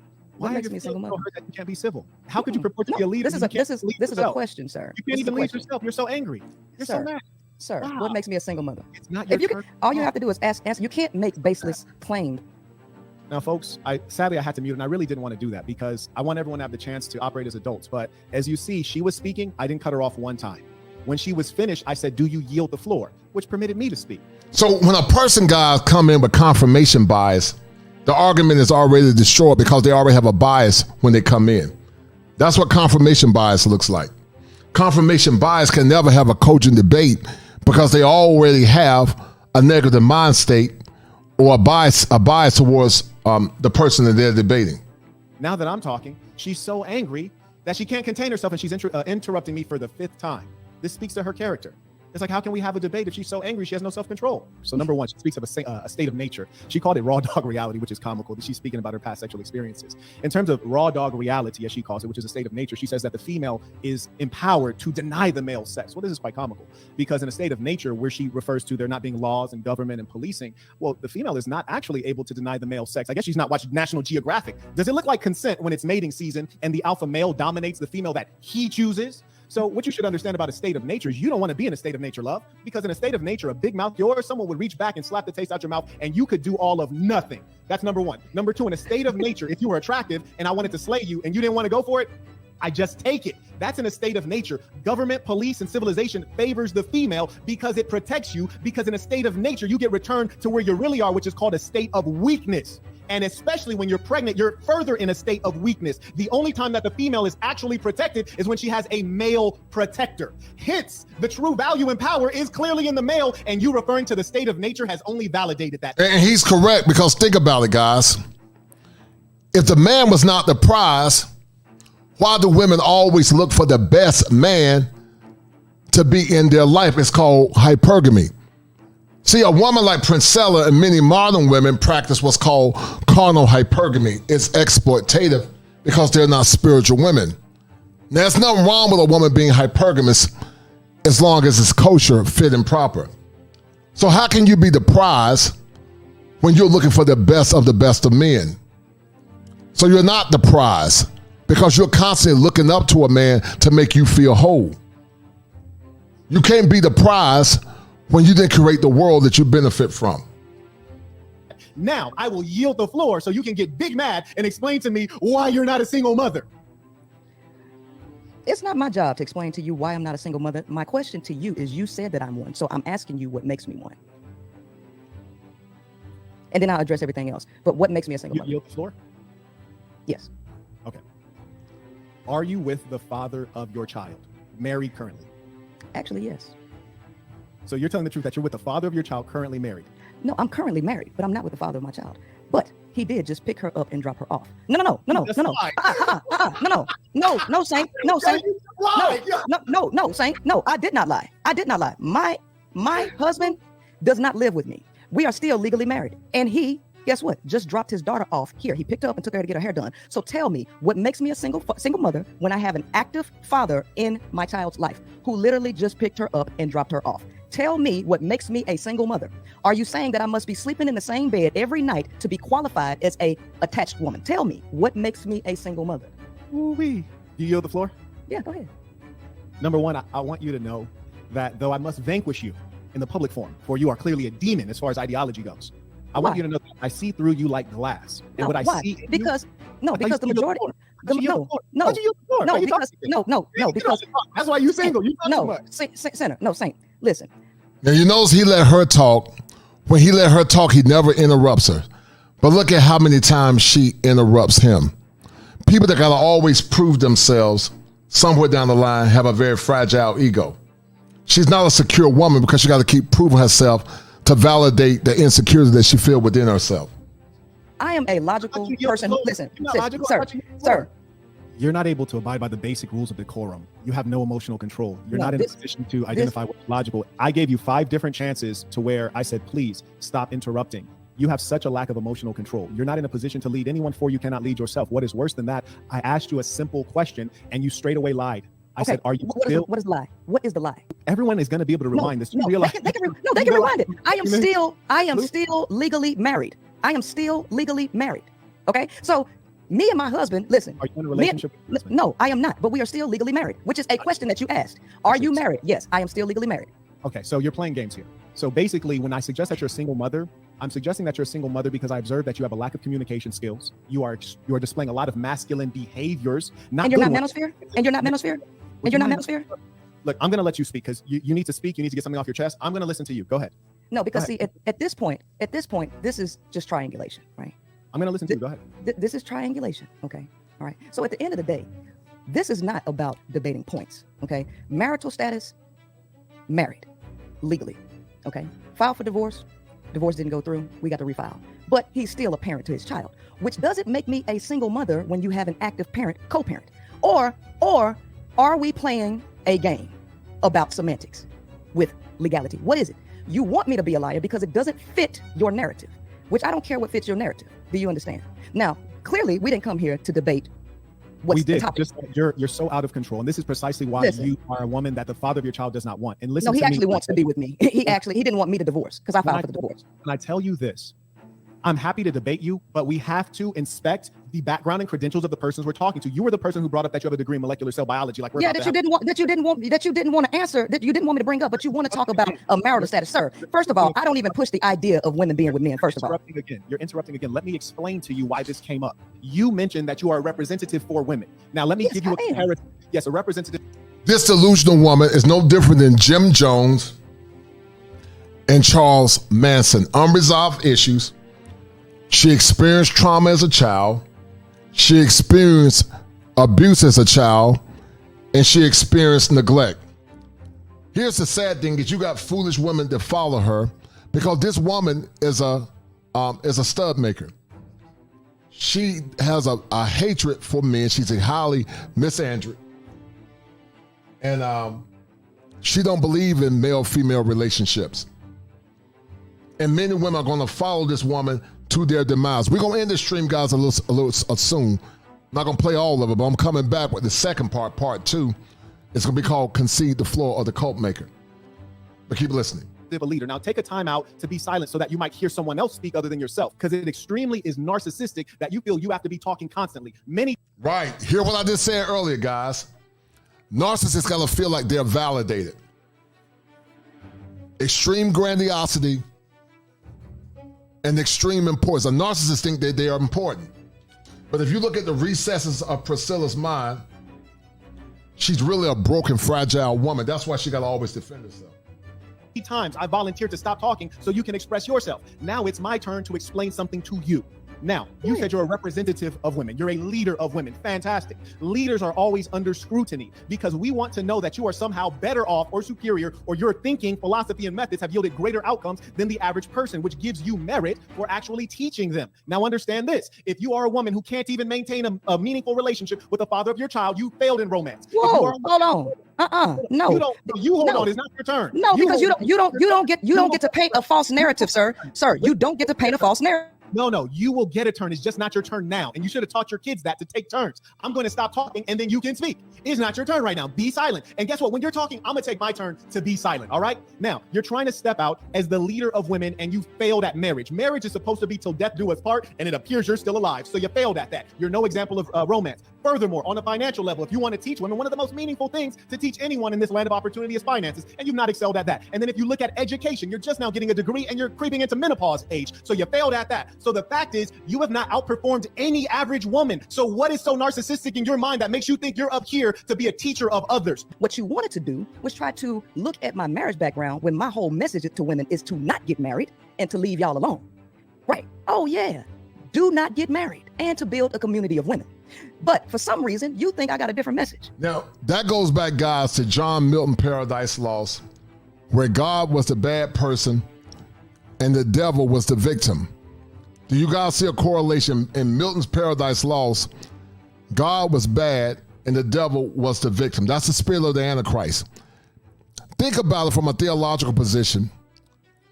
God that created the world, God that created the universe, but then the byproduct of God thinks it's better than the creator. The woman came out of the man. The original man didn't come out of the woman. So there was no life force outside of the seed of man. Every other woman was the bearer of the seed of men, but the original woman came out of man. So the man is the original prize. He is the prize because everything intermixed from the Father. And it don't matter what you think, because my message is not to appeal to men. And I'm gonna let you play your game, and I'm gonna let you just run it how you want to, but I'm gonna promise you, part of this I can see I'm not gonna participate in, because I don't got time for the childishness. It's because you're angry that you're withdrawing. And this look what Seth May forever say: single mom epidemic, co-parent economy, and Cynthia G are cult leaders for angry women. Yes, I agree with this person. It's a cult. She has all the tendencies of a cult, because when other women try to put some logic in her head, she goes to a narcissistic rage. She's an angry woman, and a delusional angry woman at that. Generally, this is very common when people are losing at something, they don't want to play the game, you see, and it's almost like a woman who can't dance. She says the DJ doesn't know how to play the right music. That's all that's happening right here. You see, all of the things that I said, you've not disproven any of them. And what's worse is that you are clearly a person who's reacting poorly to trauma. You weren't taught grit and coping when you were reared. And I can tell you how I know that, because see, look at this childish cackling.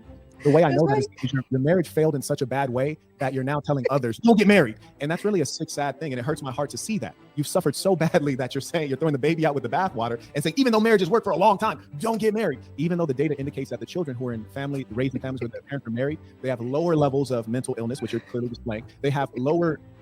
This woman is really sick. This is sad. Like he wasn't just laughing. Lord. This is sad.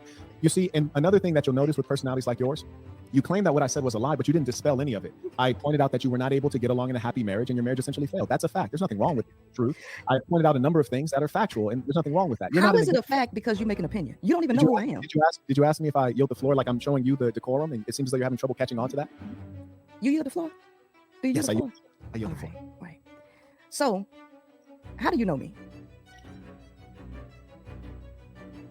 Oh, damn. Are you asking me the question right back? You yielding it back to me? Yeah, I yield you the floor. How do you know? Number one, I do not know you at all. In fact, I think you yield the floor? No, I don't. I think that you show your best front to the public, and I think that if we did get to know you, the things that we would uncover would be quite disturbing. I can see that there's a lot of pain in you, and the pain is created your current mindset. Oh boy, this is hilarious. Do you yield the floor? No, do you yield the floor? I said no. For example, you're a person who has gone through marriage, and your marriage crumbled, and it broke you on the inside such that you said the whole institution of marriage is bad. Oh yeah, okay, so I'm taking this seriously. Just sit up here and laugh at this. Really? You don't have to curse and be so vulgar. It's okay to be civilized and to be refined and to be articulate. You're intelligent enough to be articulate. You don't have to curse. So I'll give you another chance at the debate. So, for example, you're saying women are the prize, and your point was that in a state of nature, they get to deny intercourse. And then my counterpoint was in a state of nature, men can force intercourse and no one can stop them. And that is much closer to how the lower animals who are in a state of nature actually engage in it. So your point was moot. Do you have anything else? I have another point about. Sure. Okay. All right. So first and foremost, the ratio of male to female in these groups, the female typically controls the male, right? This is about funny as hell. I wanted to let you know, I do want to let you know that I am the center part. So me cursing or saying any curse words because I'm a sinner, I'm not no saint. I ain't even gonna pretend to be one.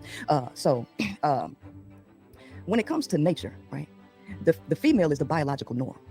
But what you have ultimately displayed, which you probably don't know, is that the male is the problem on the planet.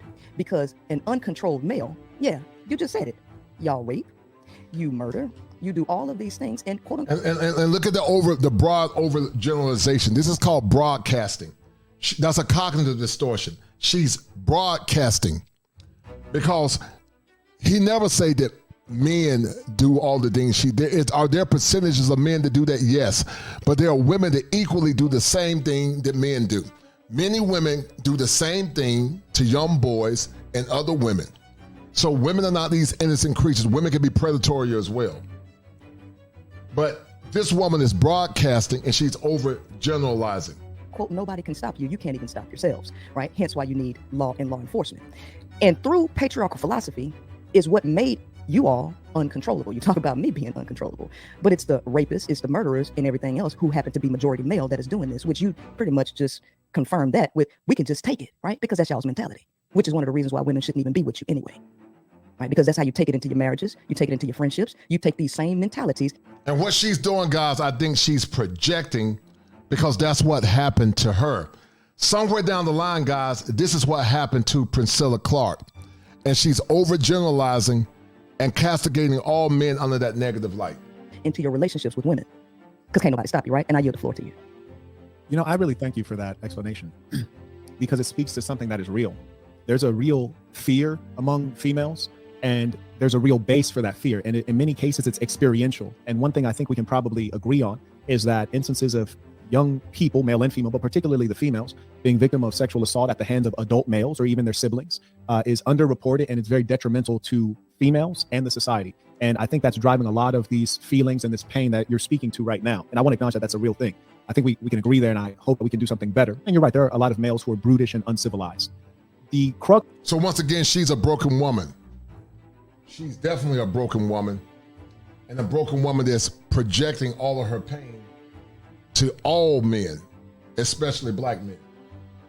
Of the argument was about who is the prize. So getting back to that, who is the prize? You said that the female is the prize because she has the power of sex.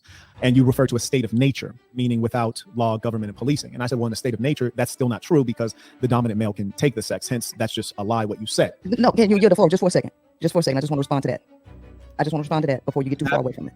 Madam, I really want you to understand. I want you to watch this video back and self-reflect and notice that a leader, a civilized man, has enough self-control to be prudent and pause and just wait until you're finished to say what he has to say. Conversely, one who is not fit for leadership, you behave more so in an impulsive way in which That's cool. That's cool. I won't be a leader to you, but please yield the floor. Really, I used to be a 6th grade teacher in Baltimore, Maryland. And one thing I observed consistently among my 11-year-olds is that they were very impulsive because they're young and unrefined. That's all good. I won't be a leader to you. So since I'm not a leader, can you yield the floor? You're not a leader to anyone. You are a person who is collecting together broken women. That's great. Yield the floor, please. That's all I'm asking you. Why are I don't care because I don't care about your opinion. Can you yield the floor? Wow, please. You're a very angry person. I'll be angry. I will be angry. I will be not a leader. Can you yield the floor? I'm just going to say this. If y'all whatever you to say because you don't have any decorum and you're not civilized. That's all good. That's all good. Now, if the woman is not the prize, then why do you have to take it? Why do you have to rape and take what ain't a prize? Let me ask you. That's all I want to know. Do you yield the floor? Yes. Okay. So number one, your question is, why do you have to take? You use the term you. I've never taken anything in my life. And here's a fact. The overwhelming majority of males have not sexually assaulted a female probably in their entire life. The overwhelming majority of males. So when you say that, it doesn't even make sense because it's not. Right. Once again, overgeneralizing. This woman is overgeneralizing based on her pain. She's projecting and she's overgeneralizing because most men have never did what she's accusing them of doing. This woman is very delusional and very broken. It's not relevant. You were talking in a theoretical state of nature. In nature, it's not theoretical. In nature, that's exactly how it goes. That's exactly how it goes in nature. Again, you have no control. You behave listen. Let's cut the chase and let's go back and forth. Let's have a dialogue. You said in nature, males can just. We can't have a dialogue because you can only dialogue with civilized persons. I think we've all observed that you keep on interrupting. It's so strange that you would ask me a question and then interrupt me while I'm answering the question you asked. It's quite sad. I mean, come on, let's be real here. And on the other side, I've not interrupted you at all. But you're deflecting. You're deflecting because you said in nature, males could just take it, and they do just take it. So the question is, if the woman is not the prize, why would males go against her no and just take it? You see, people take money. People rob for money. People rob for food. People take things that are valuable. If the woman is not valuable. Once again, then, if that's the case, using that logical fallacy, if that's the case, then why do older women take virtue from young boys? Why do older women take virtue from young boys? Do statutory great? Why do women become predatory when it comes down to using men for child support and paternity fraud? Why do women take the seed of men in order to get resources? That's called financial rape. One is physical, one is financial. But once again, this woman have thinking errors and thinking distortions. And she see all men in a negative light. This is a broken woman, guys. valuable, why would a male have to take vagina from her? Would you like me to answer that? Go ahead. Does this mean that you yield the floor and you won't interrupt my response? Go ahead. All right. I'm going to help you out. You are so broken that you view the So you ain't got to answer. Got you. No, I got it. Just don't. No, you ain't got to answer. Fuck the broken shit. Why do males have to take it? Just stop it. Just stop it. Be silent. So you ain't got to answer. Got you. Just be silent. You're so broken that you identify the woman and sex as the same thing. So when you talk about in a state of nature, if a caveman, for example, if a caveman were to take sex from a woman, you're suggesting that the woman has value because he took the sex. Well, let me make it simple for you. There's a woman, which is a whole being, inclusive of personality, brains, service, all kinds of things, love, all kinds of things. Then there's vagina. The man might, or the caveman, more accurately, he might take the vagina, but he doesn't take the woman. He dominates the body of the woman and then discards her, which is to let you know that the physical sexual value is only a temporary value. And in fact, if you want to put the male and female up against each other, which is irrelevant, the true value is clearly the male. How do we know? The female declines rapidly in value over time. For example, you at your advanced age, you're not fertile. You can't even have kids. Conversely, if I were the same age as you, I'd still be able to do everything I could do when I'm 21. You see, I can still have children. I can still run a 6-minute mile. I can still beat a man in a boxing match. All of the values that a man has maintain over a much longer.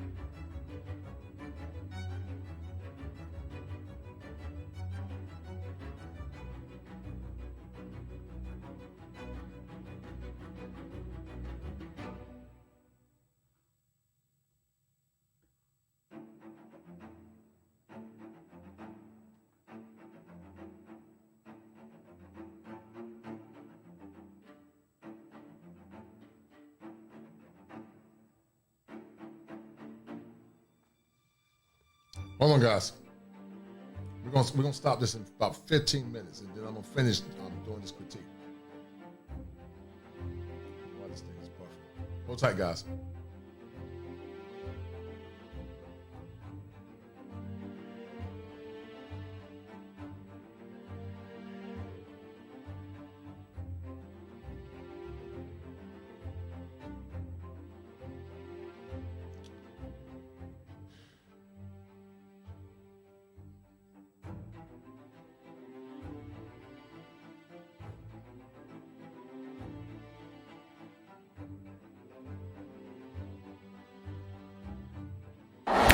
Have you been building WordPress sites that you have to manually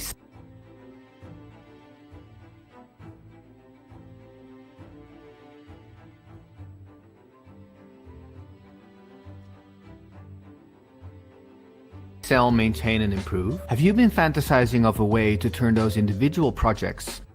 You can't even have kids. Conversely, if I were the same age as you, I'd still be able to do everything I could do when I'm 21. You see, I can still have children. I can still run a 6-minute mile. I can still beat a man in a boxing match. All of the values that a man has maintain over a much longer period. And he's correct. You know, men age like fine wine if they take care of themselves, if they get their rest, if they're not stressed out. A man can have a baby on up to 70 if he's healthy, but a woman can't. A prize is something that's self-sustaining. So he's correct. He's 100% correct. Worse, the female biology goes through menopause, which basically turns you into a different person. It affects your chemistry. That being said, a female further can only be impregnated by one man at a time, and she's in a greater state of weakness while impregnated and needs to be taken care of. In the modern society, which is broken and has broken families, we even have something for this. It's called maternity leave, which means the employer in society does you a favor because you're in a state of weakness. Conversely, the male, for example, he can impregnate theoretically an infinite number of women, and it doesn't destroy his body. It doesn't make his body less attractive, less strong. So over the long haul, we see on a consistent basis, the male is clearly more valuable. But understand this, I am not one like you who are clearly probably a homosexual now. I'm a heterosexual man. My great effort is not to establish the male is more valuable than the female. My great effort is to establish the union of the two as the most valuable thing. You're a sick person who has such a bad relationship. You said, I'm just sticking to women. I yield the floor. Okay, thank you for yielding the floor. Now you just went all of that blah, blah, blah, blah, blah to deflect from the question that I asked you, which was if women were not the prize, why do men have to rape them? First and foremost, the biological fact is that by nature, the ultimate objective of the male is sex. Sex is the male's biggest impediment, and it is his ultimate biological objective. His number one reason for pursuing a woman is sex off the rip. And this is the reason why they have to take it. And On top of that, there are 41 different shades of men, and they use you for something. And don't let a male try to lie to you as if he ain't trying to use you for something, baby. A male can run 6 miles, but they can stay lazy as hell. Most of them ain't doing that. They can run however much they want. But guess what? They want a woman to cook. They want him to raise. They want her to produce his kids. They want her to do a whole bunch of stuff that has something to do outside of sex within this matrix. Okay. So biologically speaking, which is where we were talking about. And see, God, that's where the delusion is. This woman can't see black and white. Black or white. She only sees black. She can't even see gray.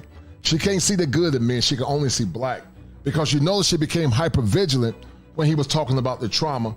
And she always refers back to men due to the context of sex. This woman is still transmitting trauma and very delusional. The vagina is on the woman's body. Her body is her. It's a part of her. And to take something from her, because you feel like you can take it, you're going to have to explain to me why that is not of value. You say it's a temporary value, right? Value is value. And guess what? The male operates from the lower chakras, from his lower self, which ultimately is sex. Or, okay, you don't want me to put it in chakra terms. Let's just go through Maslow's hierarchy of human needs. He operates from the lower self down, right? Yeah, go ahead. Because I'm about to laugh at you too. No, give me a second. I'm gonna laugh at you too, because this is a laughing circus here. So go ahead. I still need an answer as to why men rape if women ain't the prize. Right. I actually already answered that question. How you were able to miss the answer is only a representation of your level of No, I didn't miss it, but I wanted you to repeat it. That's not a representation of the answer being absent. That's just that you didn't get it. And I will break it down once more. Go ahead. You are so base in your understanding that you identify the woman as the vagina, whereas a real woman has so much more to offer than her vagina. And the male values in the woman that's not worth anything. The only thing he can value is the vagina. It's an inherent value, but it's only temporary. That's why we don't keep those women. We will slay them and play them. We'll discard them, similar to what has happened to you. So the fact is that I know you've clearly been victim of some kind of sexual trauma. And honestly, that saddens me. If I could undo. He's correct. This woman has been a victim of some type of sexual trauma. It's called the unconscious pathology. Also, it's called regression or repression and regression, perhaps. Repression is unconscious. Regression is when you go back to a place in your life where you were broken. So she's dealing with cognitive distortions, but also regression.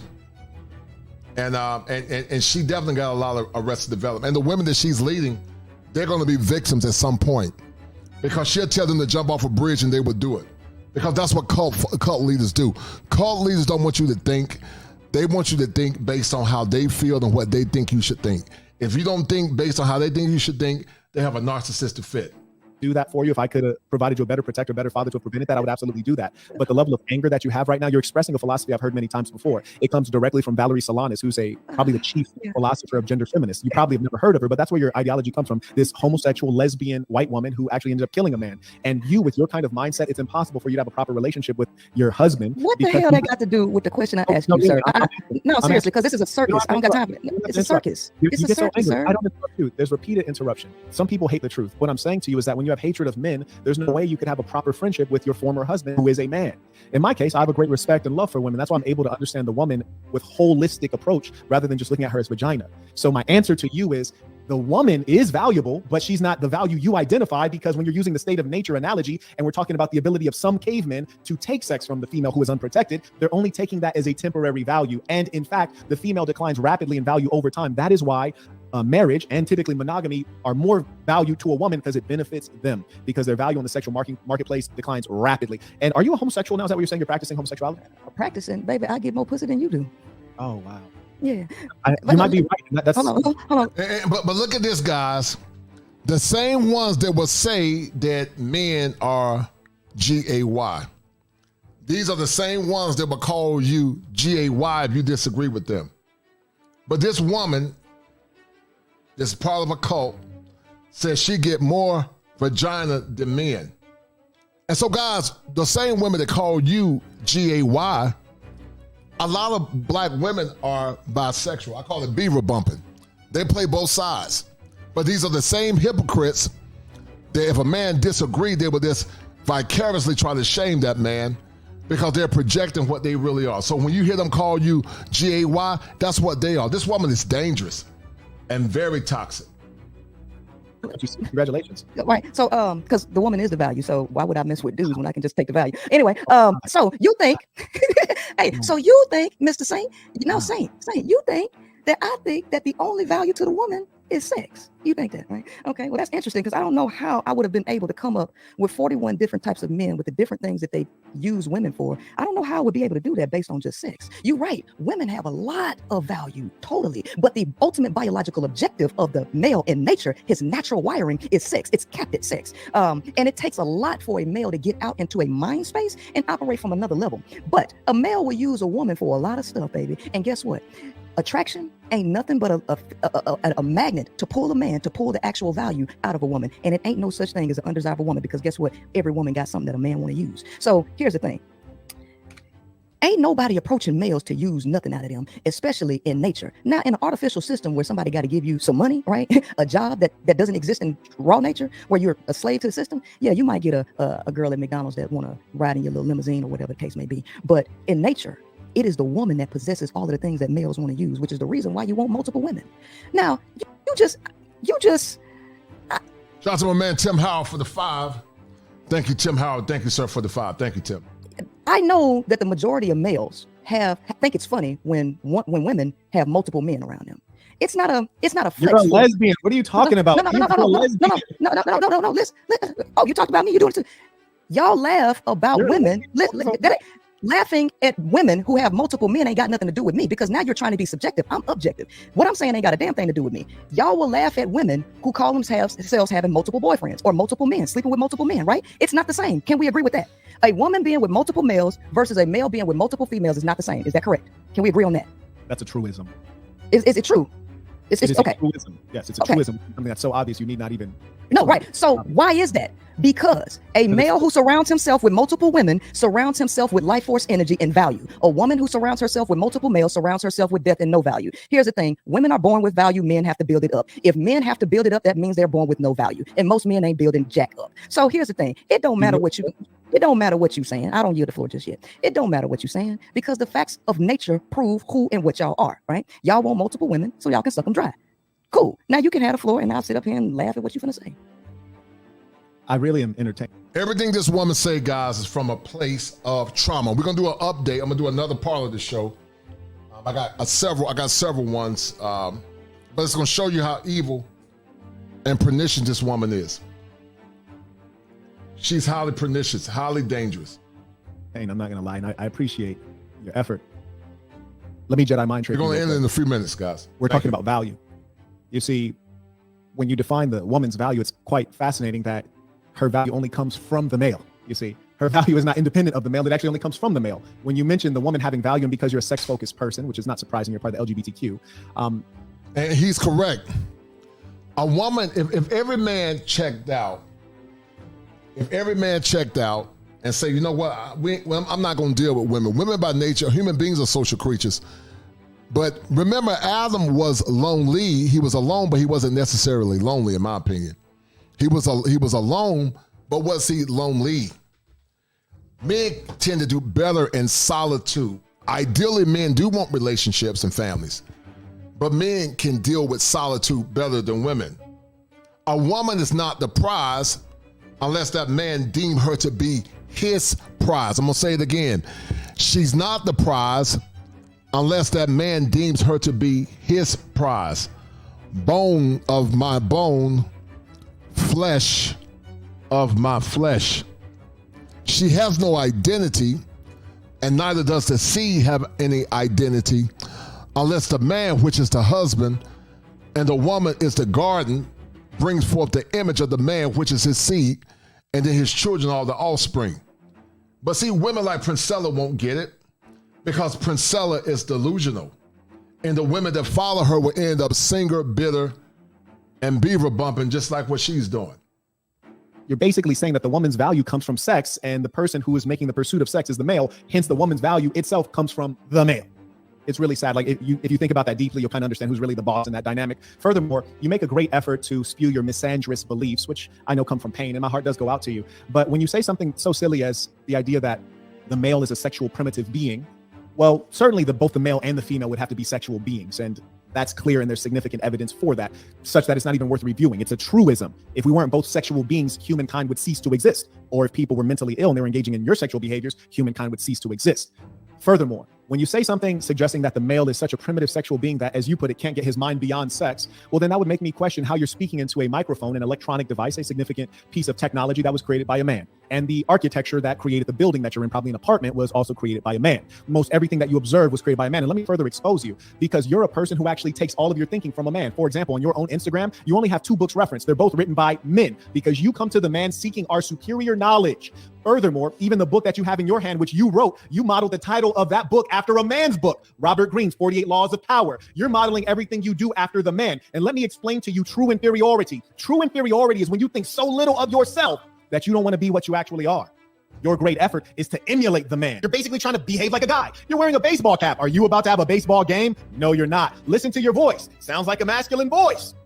Listen to how people describe you. They describe you as a male. And listen to the books that you reference on your Instagram, pimp. Well, that's a story from a man. And here's the thing. You want to co-opt all the ideas and say that women can be pimps too. No, the man is the pimp. You're the hoe. Get that part right. Stop trying to flip the world upside down. We don't believe you because you're so delusional, and only a broken, traumatized mind gets to a point where you see up as down and left as right.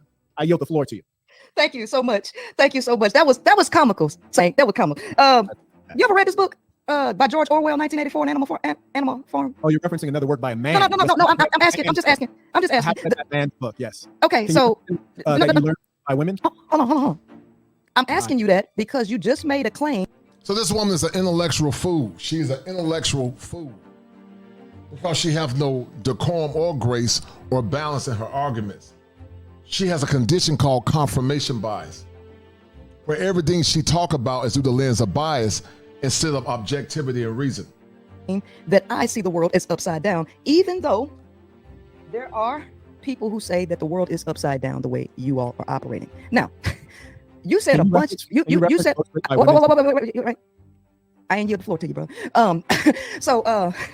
Yeah. So this is funny because you done said a whole bunch of razzle dazzle stuff that ain't got no legitimacy behind it.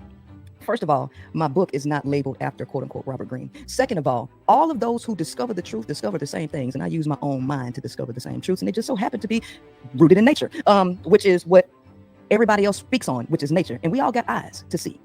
Secondly, as you said a bunch of garbage there. I got to wade through. I'm serious. I got to wade through all the stuff that you just said up there and said, right? So if I'm a man, since everybody want to call me one, that's cool.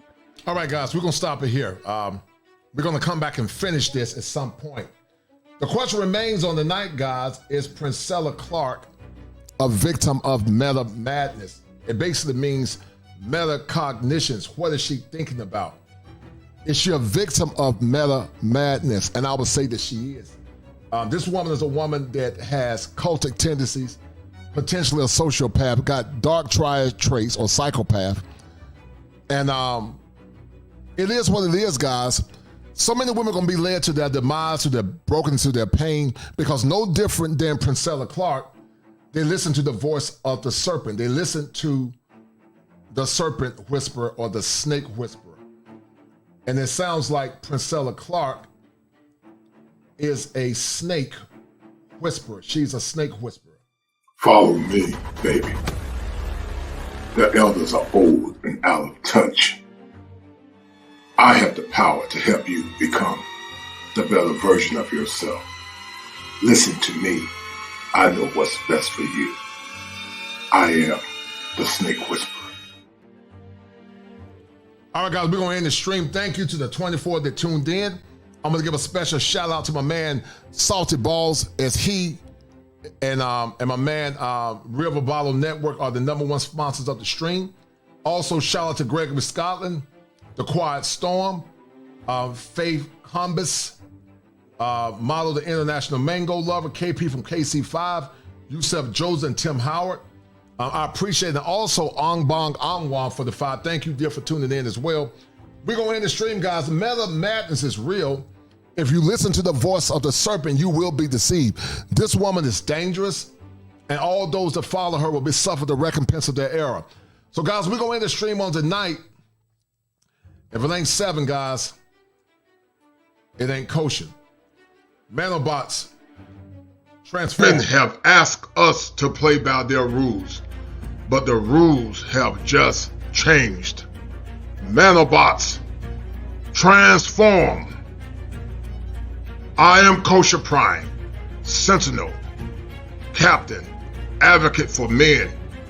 We have crossed a threshold in a time where men are under attack. But if we join forces, we can defeat those that seek to overthrow us in a negative way. Nanobots transform.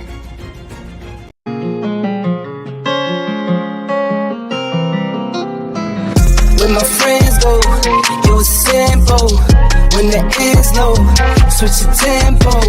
I got right, I got heart, I won't die, I'ma fight. I go down, then I strike. I go hard day and night, yeah. I go hard day and night. 1 to 1, no surprise. See the hate in their eyes. My brother's blood money bleed.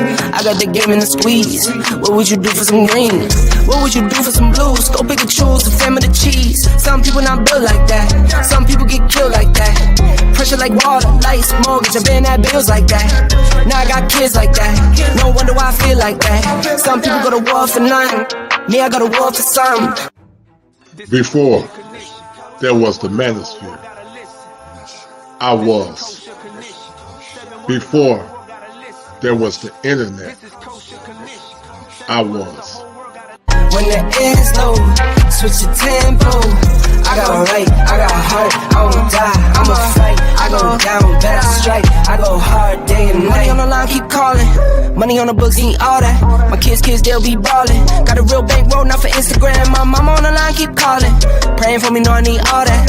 Told me it's not about ballin'. Real blessed, but I'm still sinning, man. What would you do for a win? What would you do for your friends? What if this life is a foe? What if the dogs pretend? What if you rode to the end? What if you started again? Fire!